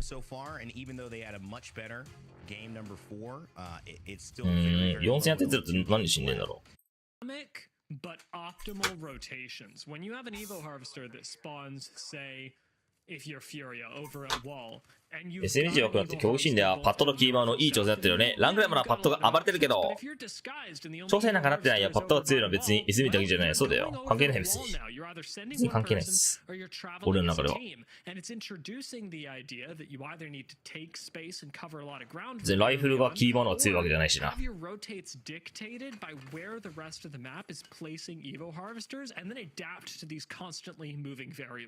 Yeah, because then that becomes the adaptable pathing that your squad wants to take based off of those objectives of loan that Season 20 has brought in. And it's great here too. We actually saw LG suffer for it in the last game. That's why they were the second team to go out in the lobby. They were on the way to getting an Evo Harvester on the ACG とかで公認 CS 大会とかあれもっともらえなかったんですけど、どう思うんですか？ CS 大会開いたところで利益になんないんだよね。なんでかって言ったら一般の人しかいないから。一般の人ってまあ大会配信しますってなったら誰が見る？ファンいないから身内しか見ないんだよね。単純に宣伝にもなんないしやらないっすね。まあやるメリットがないっすね。まあプレイアライブはでもやってるんだよね。まああれはちょっとお金があるからとかなんかありそうだけど。こ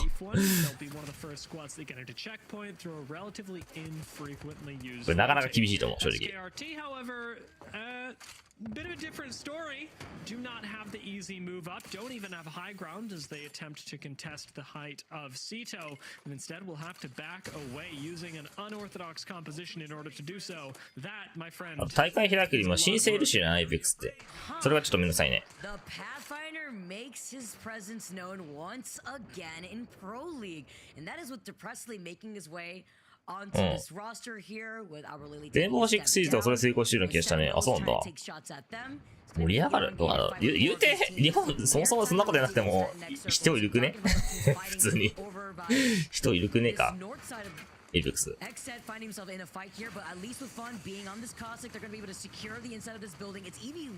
や、コストめっちゃかかるね。だって裏のスタッフの人数すごい多いからな。マジで。プレイアライブの行ったけど解説何人いたかな。10人はいたぞスタッフ10人はいたね。めっちゃいたぞ。With the way Voodoo is making it work, they should be able to even take some of this building. The Rolling Thunder a bit for Evolution. さあ足止め。しかし関係出てくる。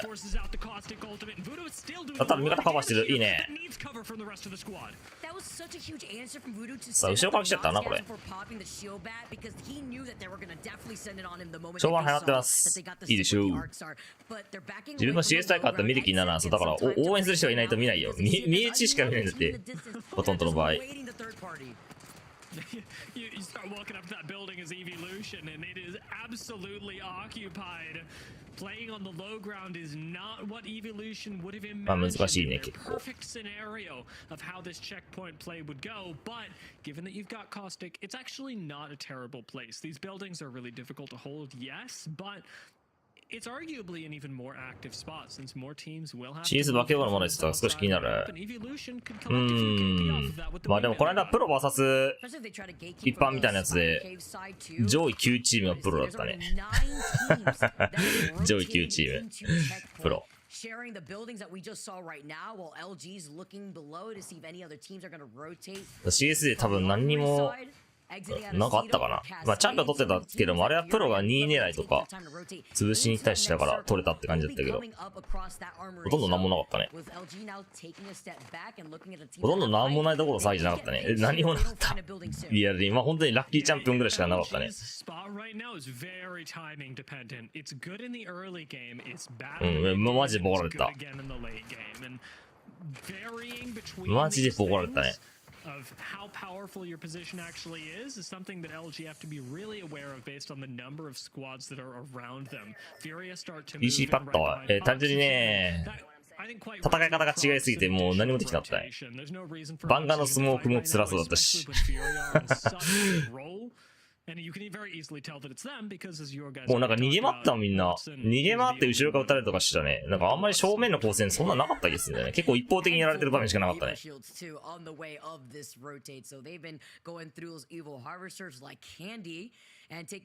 バーカスタムずっとするじゃん。めっちゃすごいことだった。でもあれなんか、やるたびに長地みたいな話しなかったっけシブハルが。金がめっちゃかかるみたいな話してたよね。オーマイガー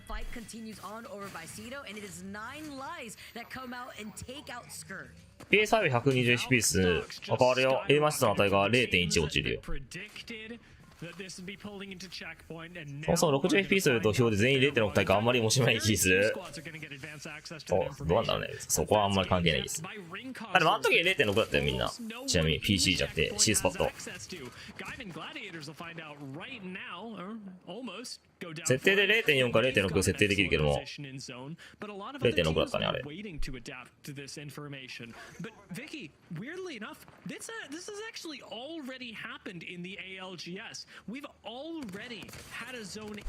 まあ言いました関係ねえってことっすよ。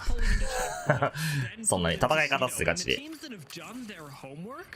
Are really evidently on screen right now. Gaiman, DNO, and 9 Lives are all sat in Cedo Station, knowing that this is likely to happen again. まあ CS 強い人残ってる可能性はあるけども、うわー難しいだろうな。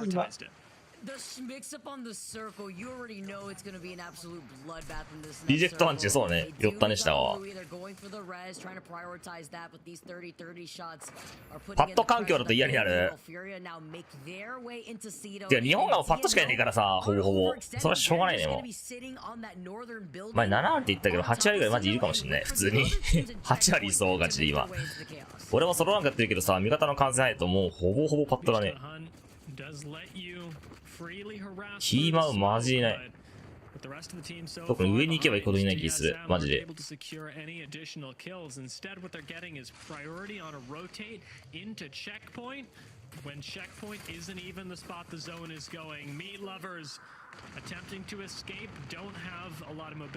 くよく考えてみたらレインボー6シーズが盛り上がったな。野良連合がまだ CS の時代だったからかもしんない。ああ、そういうのあったのか。じゃあプロはいたってことね。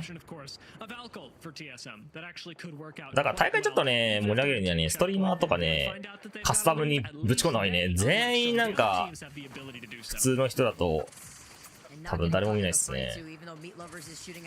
だからストリーマー呼んだ方がいいと思う。カスタム大会一般の人が参加するだったら普通に。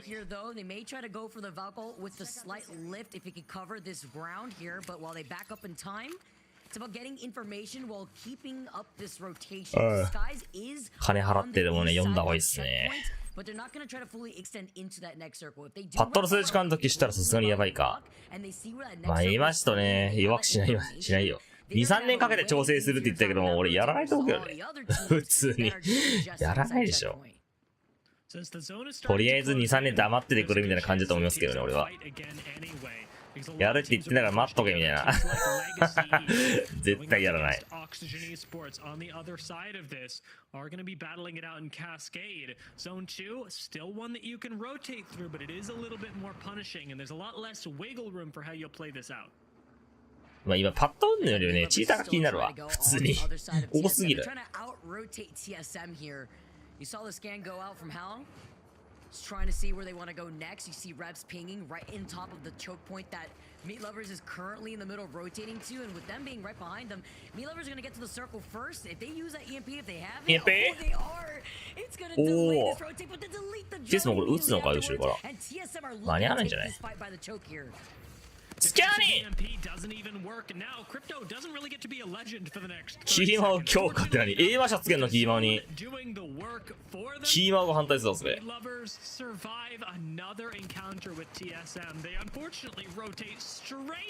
え、降りんのこれ。あ、2人目も割れてんのか。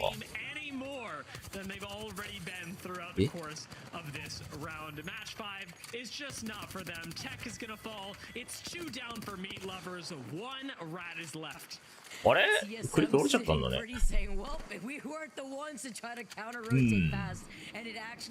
おっとこれ風船ってちょっとね、何人目打つか迷うけども、今1人目落ちたらね、まあ、場所によるな。今は多分飛ばれるけども、1人目打つのと3人目打つのとって、1人目打つのと3人目打つのってちょっと違うんだよな。何が違うっていうと、1人目が撃たれたらね、2、3人目ってね、降りる可能性高いんだよね、下に。3人目が撃たれても、1人目、2人目って逃げたがるから、飛ぶんだよな。2人目はその中間って感じだね。フォーカスさせるとき、実は、2人目、3人目撃った方が、そのままはっきり入れられるね。って俺は思ってるけどね。1人もしたら2人目、3人目降りて蘇生するしな。3人目が落ちても1人目、2人目は逃げるからな。わかります？うん。As Jaguares tries to take the side of the building, he gets pinged by another team exiting out of the bunker doors behind him. They clean up the KP that they need to go in for the evil shield swap. いやいや超強いよな。で、NA のパッドンバカ強いよな、マジで。マジでやばいね。やべえ、後ろ来た！ TSM！TSM！ 俺たちの TSM！ 負けわけねえ、スキャニン！フラットラッカー、インペルハル、すげえ。おー、取りきったはあ、ヘブロックハボックだ。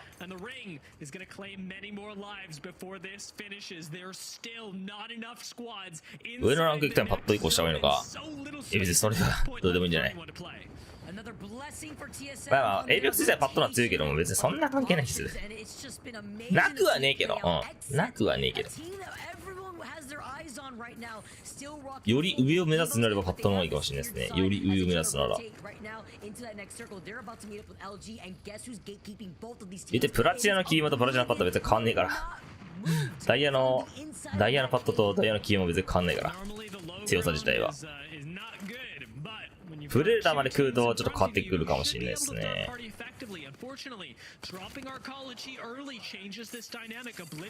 いなーこれは終わったさあ信じた普通に。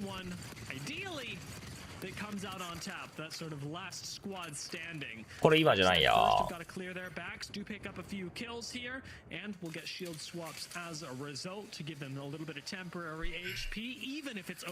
近距離練習なしで渡る。まあスティックほとんど触らなくていいしな、本当に近距離。もうそのレベルだったもんね。パッドはでもあれだね。リココン練習マジした方がいい。リココン練習したら前最強になれる。ブラハバンがゲーっすね、マジで。ブラハバンがガス。パ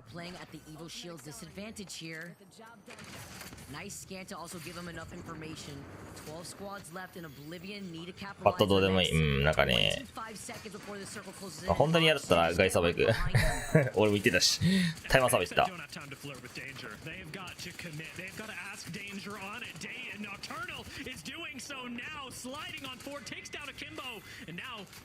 Wheels just needs to clear out a few Watson fences. Koi should be able to do that for them. スキャニング Right alongside, they've still got an evac これオキシジェン押されちゃうんじゃないか。 for Xset and just one member うわ、左もいいんだかこれ。左手右。やば。エクスト終わってるくれ。DSM! DSG 上にいる。やべえ、死神が上にいる。死神が上にいるぞ。死神が上にいる。DSG これ仕掛けるっしょ。DSG。ファイト。くらえ、くらえ。テレビとテレビと。スキャニング。いや、うまい。誰かヘッド買ってくれ。さあ、別からだった。TSM すごい !3 人しっかり残った。これが TSM! あれ、ハイドか、ブリンク。お、これ2人倒しに行く。いや、偉すぎる TSM。うまい。エクセット、これオキシジェンはかなりやばい位置だね。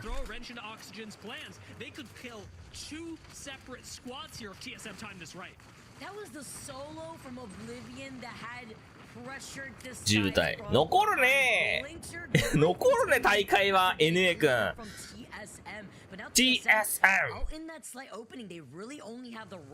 でも今日負けまくってたけどね。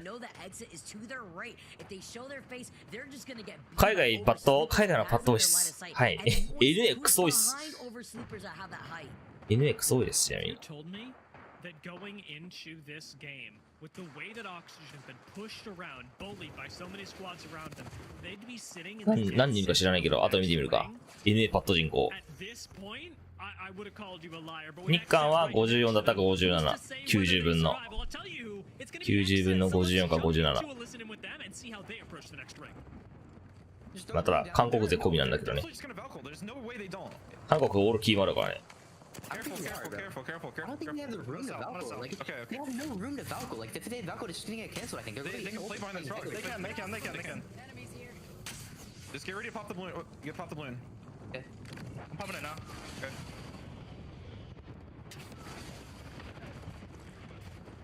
They're fake, they're shooting it. We should take. Oh. They broke it. Okay, we need to fight right. Fight! I'm gonna bingo left and we fight right. Yeah. Okay. Baiting. 41. They're close. I'm bombing it. There's an armor swap on the right. Classical thing. Yep. とりあえずガスの中まで行ける。Can you tell me where they are, Koi? I don't know where they're. I'm standing. オキシジェンのポジすげえ。限界ポジだ。出たらやばい。つむ。I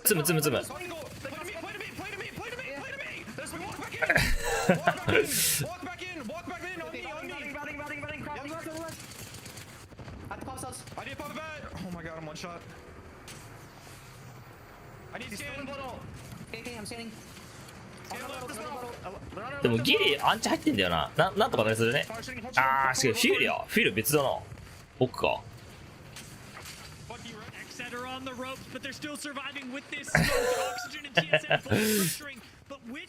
TSM すげえポジ、神ポジじゃん。TSM! 神ポジではないけども、言うて残れるね。間違いなくエクセットリカ有利。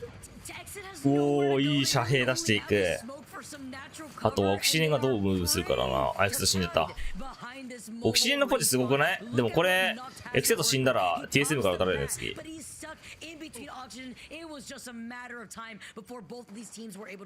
死んだ。Now, TSM and Oxygen should not be able to live with each other. This is sort of a one cannot live while the other still survives situation. And TSM 撃てダウンしてる。たまない。いや、角にいるね。ちょっとこれはいけないな。まあでもここのポジ強。ガスあるからちょっといけないですね。まあ落ち着こう一旦。さあ突っ込んでいく。素晴らしい TSM ナインライズ TSM 動けないな。まあスモークあるから大丈夫だけど。TSM から外れちゃうからこれ。あ、でも前のにもあるか。どうだ何が上か。まあこれ打ち合ってる隙にちょっと前に行きたいね。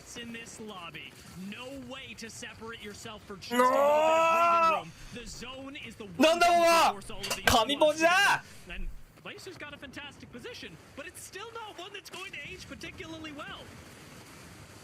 ガスで閉ざされてるか、フューリア。きつ。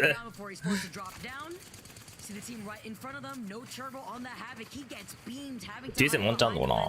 ワンチャンあると思うけど、でもガスヘッドに入れたら終わりだよな、岩浦に。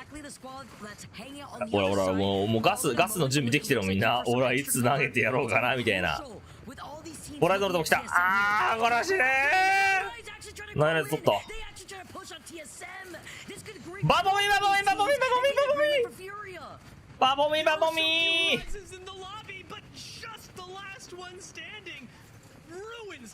おっとライスフューリア白ノックだ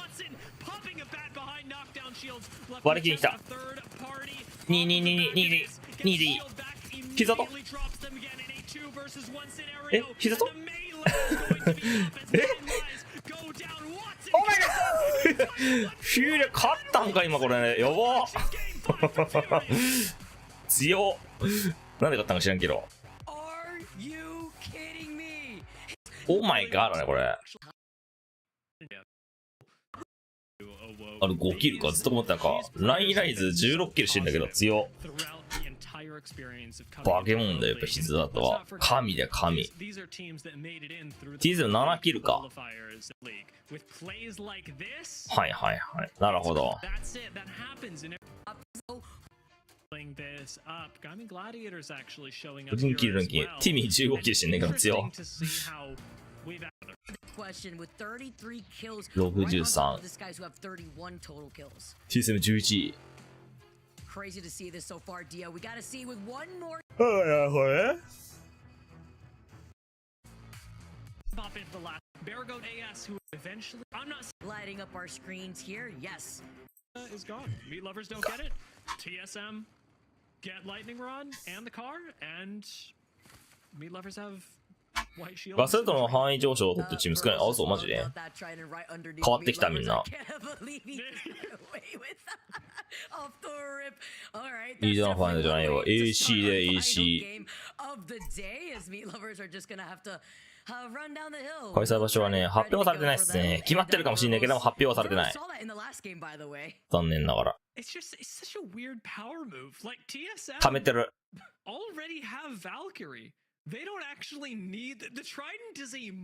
遠くの可能性ゼロではないんじゃないですか僕はわからないです。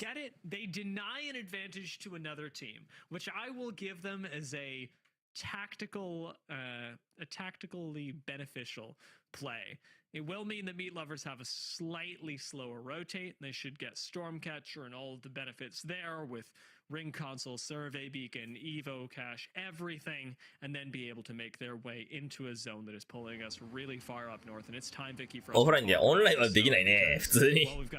オンラインはピンがやばすぎて無理っすね。TSM ほぼ学知らない。どうだったかなあんまり、そんなクソ上じゃなかった気するけど。ちょっとわかんない。まあでも12枠あるからいけるかなどうだろうわかんないっす。おーレフナントライフラパンテ。さあこれ読んでいく。パンテ強え。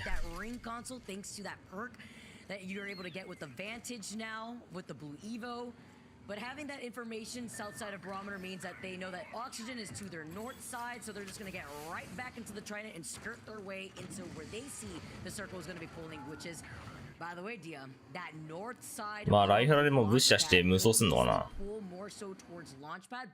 競技版ってまあリング読みとあれですね。調査ビーク読みかな。ポイントのためだけに入れちゃった。まあ強くはないんだよね、やっぱ。敵殺せるわけじゃないしな、パンテレ別に。破壊力ないんだよな。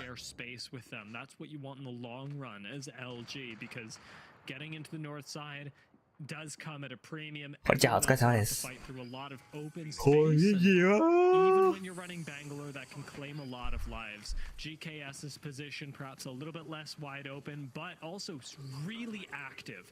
GKS having blue shields is great, but from a spot like this, should they choose to actually lock it down for the long term, oh my god, kills to go alongside this. That's one way to start it off with having the 2x4 on the G7, and the only issue here with this position, as early as consider all the other teams that are going to be rotating from down beast パスでもいいと思うけど。パスは空中のあれ読めるからな。俺プロじゃないっすよ。調べたらわかりますよ。不安定やないけど情報を取るのにね。残像。なんだろうね。あんまり競技だと意味ない気がする。The fact that we're contesting this in a 2v3 though, Yokubari Sentinels don't actually have the resources to fight Evolution, so them actually trying to fight at all is only だって最初一発だって50しかいんないからね。やばいよな。バンテルの弱すぎるいくらんでも。 It has not been their day so far. And honestly, at this point, Sentinels can't really afford to have one that isn't. なんも強くない。なんも強くない。さすがにちょっとね、終わってる。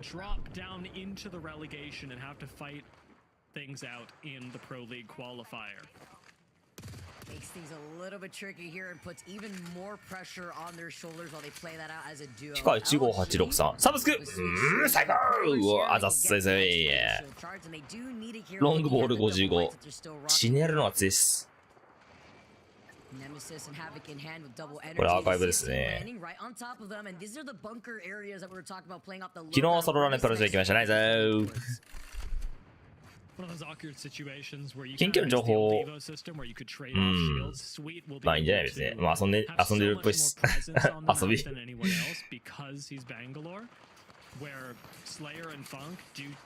ーザー消してほしいね、バンテージとりあえず。Evolution back off once again, largely playing the open space, but have taken down Luda and get to continue farming kills. とりあえずレーザー消さないとダメだよな。In the area near downed beach. This won't be in zone for too much. 何位まで入ればいいの？全部終わって12。 A team like GKS or make their way up through checkpoint, which I much prefer since it's got a survey beacon and plenty of ways out through it. 全部っていうかなんだ1ヶ月半36試合あるんだけど36試合でまずトップ20に入ります。で決勝を進めます。その20チームがそれで上位12かな。別に難しいんだよな。ルールが複雑なんですよこのゲーム。Weak playing that out as a duo, they want to fully capitalize and they get the final kill onto RKN. Sentinel is the first team to go out in our final game here. This will mean that Sentinels, as we said, already in a tenuous position on the overall leaderboards, have only 1 day left to rectify. 抑止力があるから強い。絶対強くないあれ。絶対強くない。奇襲してワンキー取れるのが強いからマジで 100% ワンキー取れるのが強いです。特にランクなんかだったらもうマジキルしねえと意味ねえからな。競技しねえたらまだあるかもしれないけど言うて強くないぞ本当に言うて強くないっす。Is missing one right now. One bad game could push them a little too far down leaderboards.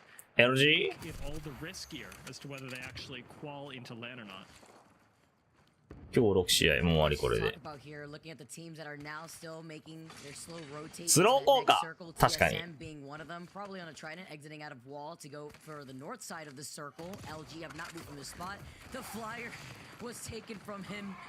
It's fine. They still have the Prowler nest right in front of them. They just do not want to get called out in the middle of this Prowler nest because it is Oxygen and Oversleepers that are looking at them from the armory side of things. I don't mind LG playing this space long term, especially since the zone is likely to pull further north in the grand scheme of things. Turbocharger just on the floor for me? So sweet. This is別に何でもいいんですか。 especially now that LG are all on blues. 気にすんな。 With a bit of a predictive approach, Did have the opportunity to grab ring scan by wall, but instead あ、オンオフだったら確かにいいね、それ。レーザー。確かにそれはありだわ。なんでこれリング調査ビーコンの読みで編成の枠広げるために採用したのかな。遊んでんじゃないですか。もう落ちるから。あれ気づいてない。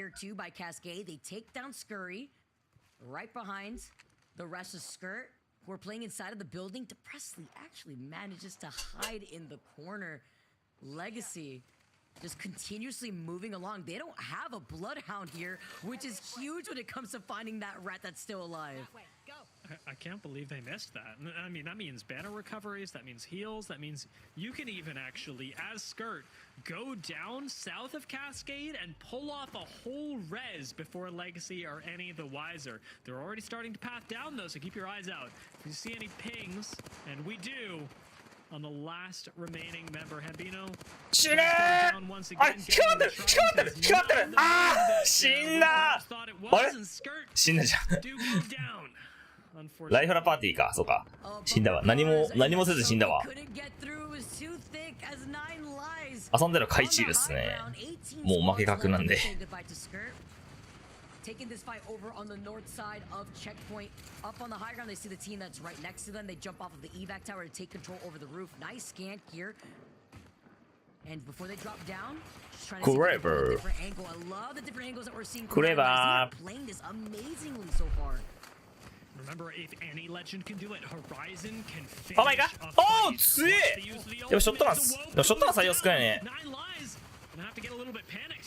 ニッカ超良かったけど。いや、モザンすら見ないね。モザン超いたけどな。使わないんだね。おーいウォルツィさすがだね。さあ、ガス出し止めしてるんで回復できる。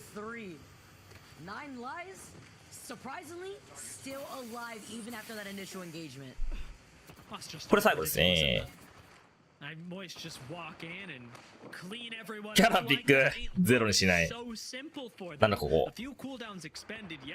なんだ今カメラ。水中カメラ。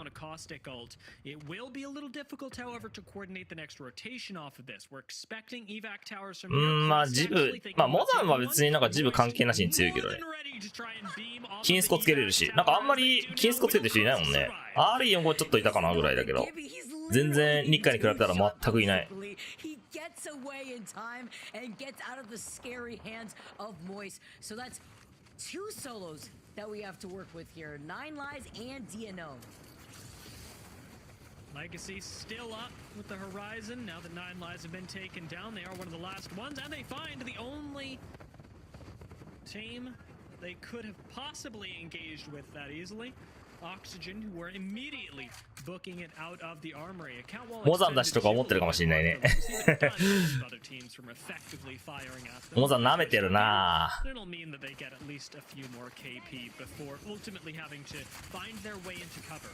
わー競技のレースは強え。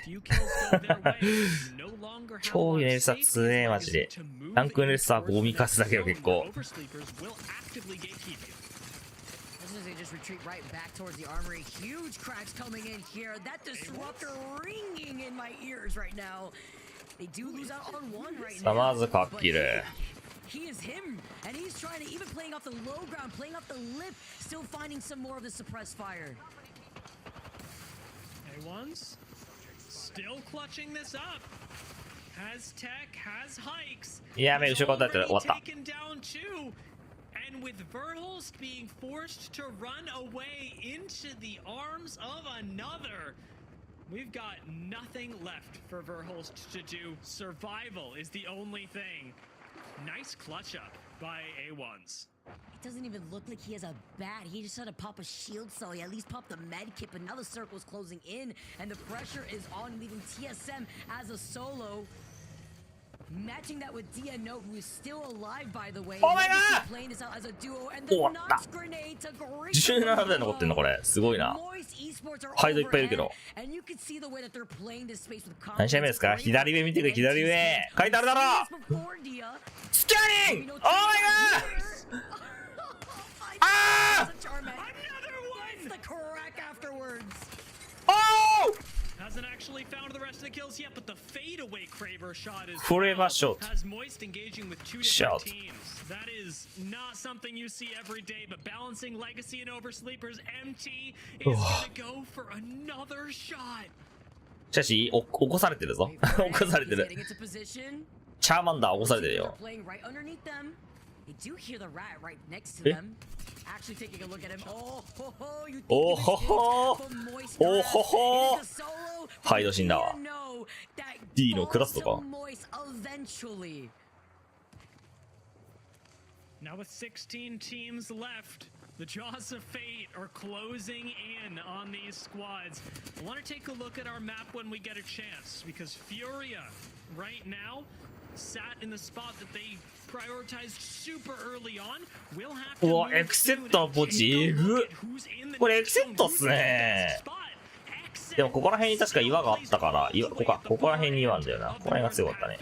have Godspot, and as a team that need to perform today, they've got to be the focus for this last match.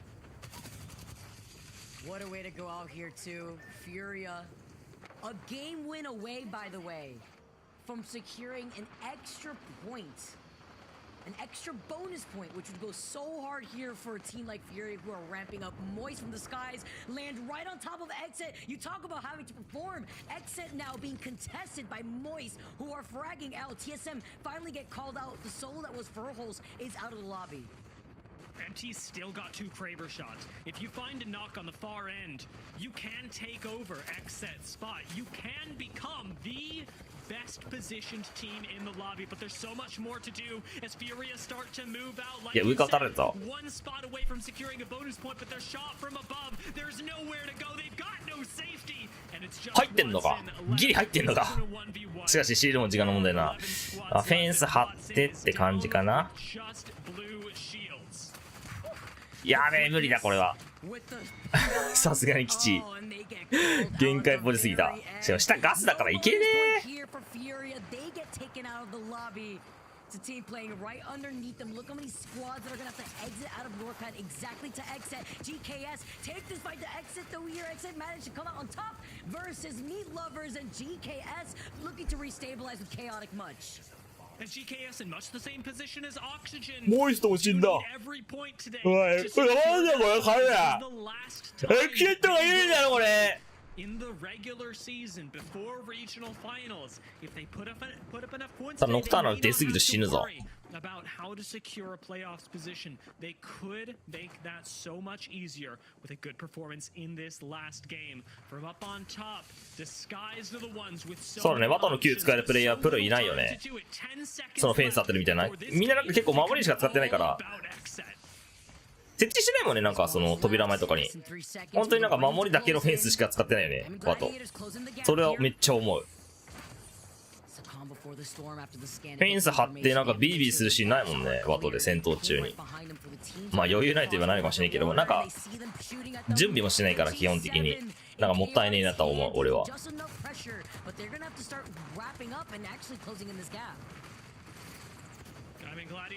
扉前とかなんかもどっかね、階段の端っことか設置しとけば来た時にさ、それ利用してすぐビリビリってできるから強いと思うんだけどね。しかしこれ振り打ちすぎるこれは負けん。まあ GKS は若干まだ有利かなぐらい、他のパーティーに比べたら。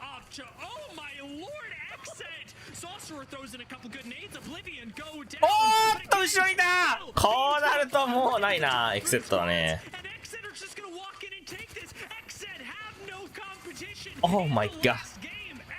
さあ下打ちして決めていく。まあこれはねポジが強すぎましたね。これは負けませんポジ。From the calling to the vision, they saw where that circle was going to pull at the very end, holding the best spot that they could hold, and that was with what, 10?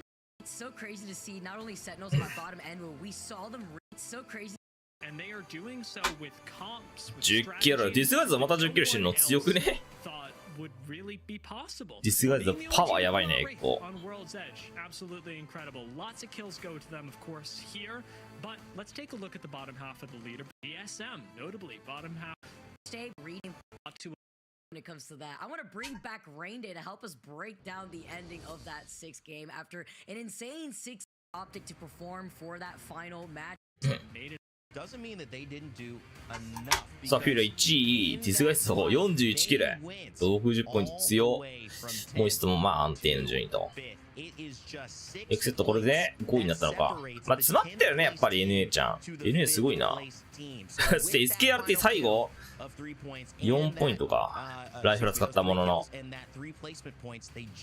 TSM12、LG30、30ポイントの11。なかなかっすね。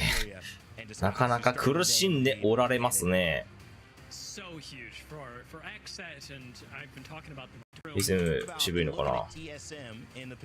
これが全体の順位ね。まだ1試合残っています、ちなみに。明日が終われば全体順位が出るね。6試合終わって。まあ、ダークゼロは明日出ます。もう一度も出ます。LG 終わり。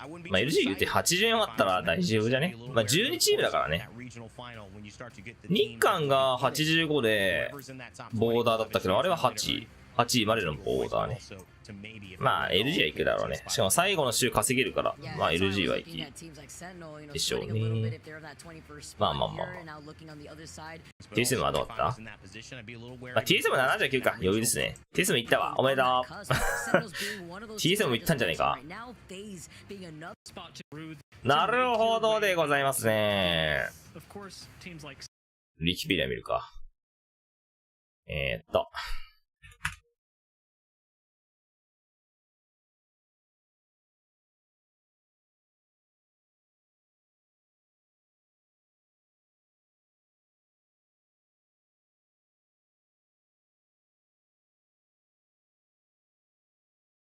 まあ、ライブって出てたけど、やってないよね。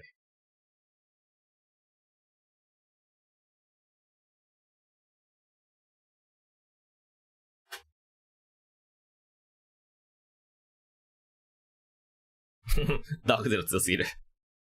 13222。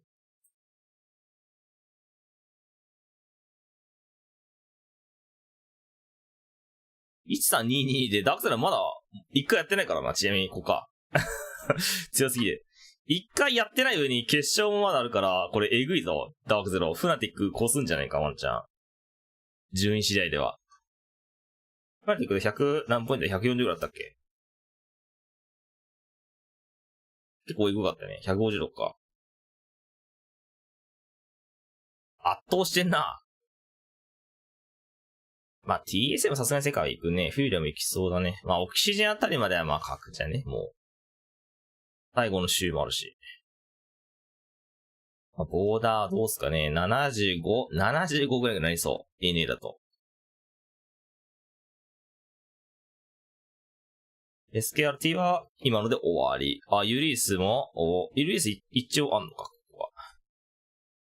そこで1位取って25ポイントプラスで41。41取っても、まあ、無理っすね。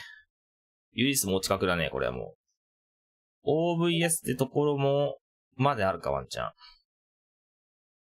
フューズがこんなとこにいんだね。へー。オーロラポイントやばいんだ。イーミアは見てないな、俺。全く見てない、イーミア。イーミア、決勝だけ見ようかな。決勝だけ。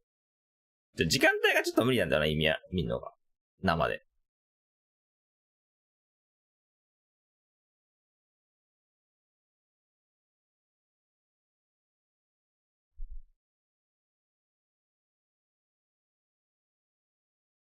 フラで142でしょ？ダークゼロ越すんじゃねえワンちゃん、これ。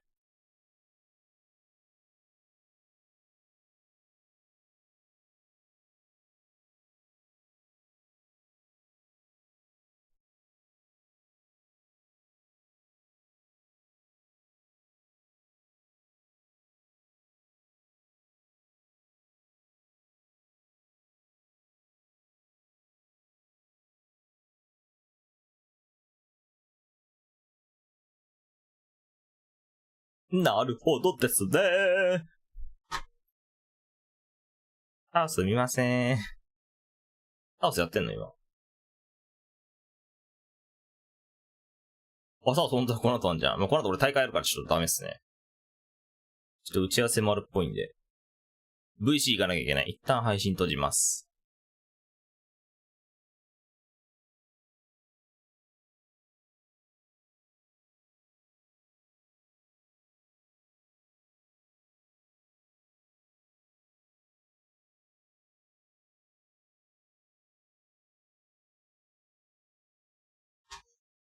あ、そら、パッド人口みたいな、見てみるか。出てないかな。なんかね、キルランキングみたいなの確かあったんだよ。これか。まあ、結構キーマンいるね。あ、ここら辺パッド連続してるけど。まあでも、パッド上位多いね。でもパッドの人口の方が多いから単純にパッドの方が。あ、全員出てんじゃん、これ。100? まあ、メンバーの入れ替えとかあったのか。1、2、3、4、5、6、7、8、9、10? 1、2、3、4、5、6、7、8、9、10、20。21、22、23、24、25、26、27、28、29、30。31、32、33、34、35、36、37、38、39、40。41、42、43、44、45、46、47、48、49。50、51、52、53、54、55、56。57、58。まあでも、言うて日韓とはあんま変わんないですね。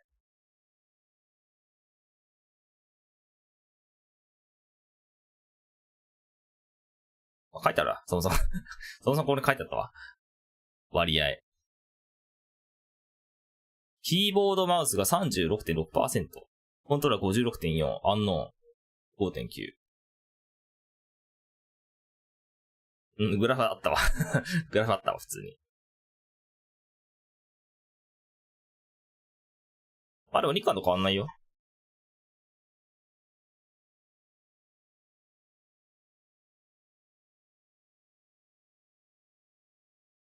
4割。アンノーンとかあんだね。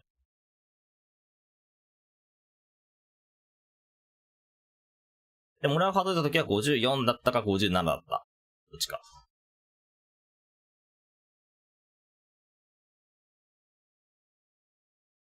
キーボード強い。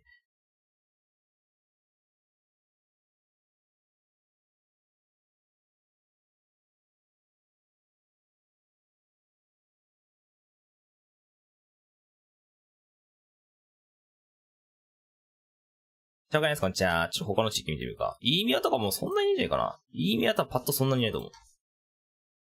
そうだな、キーマの多いっすね。53.9%。38.2%。うん。サウスもね、あんまりいないんだよね、実は。こっちか。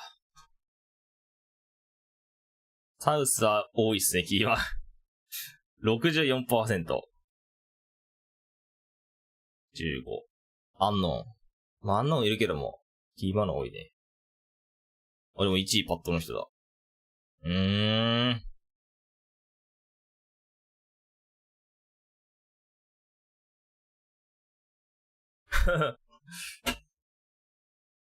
ノーンはね、多分ね、入れ替わってなんか入ったから分かってないんじゃない？データなしみたいな感じじゃない？新規プレイヤーとかで。あとすいませんヒカ15863サブスク最高あざっすいねー。EG プラス確かに超えてるわ。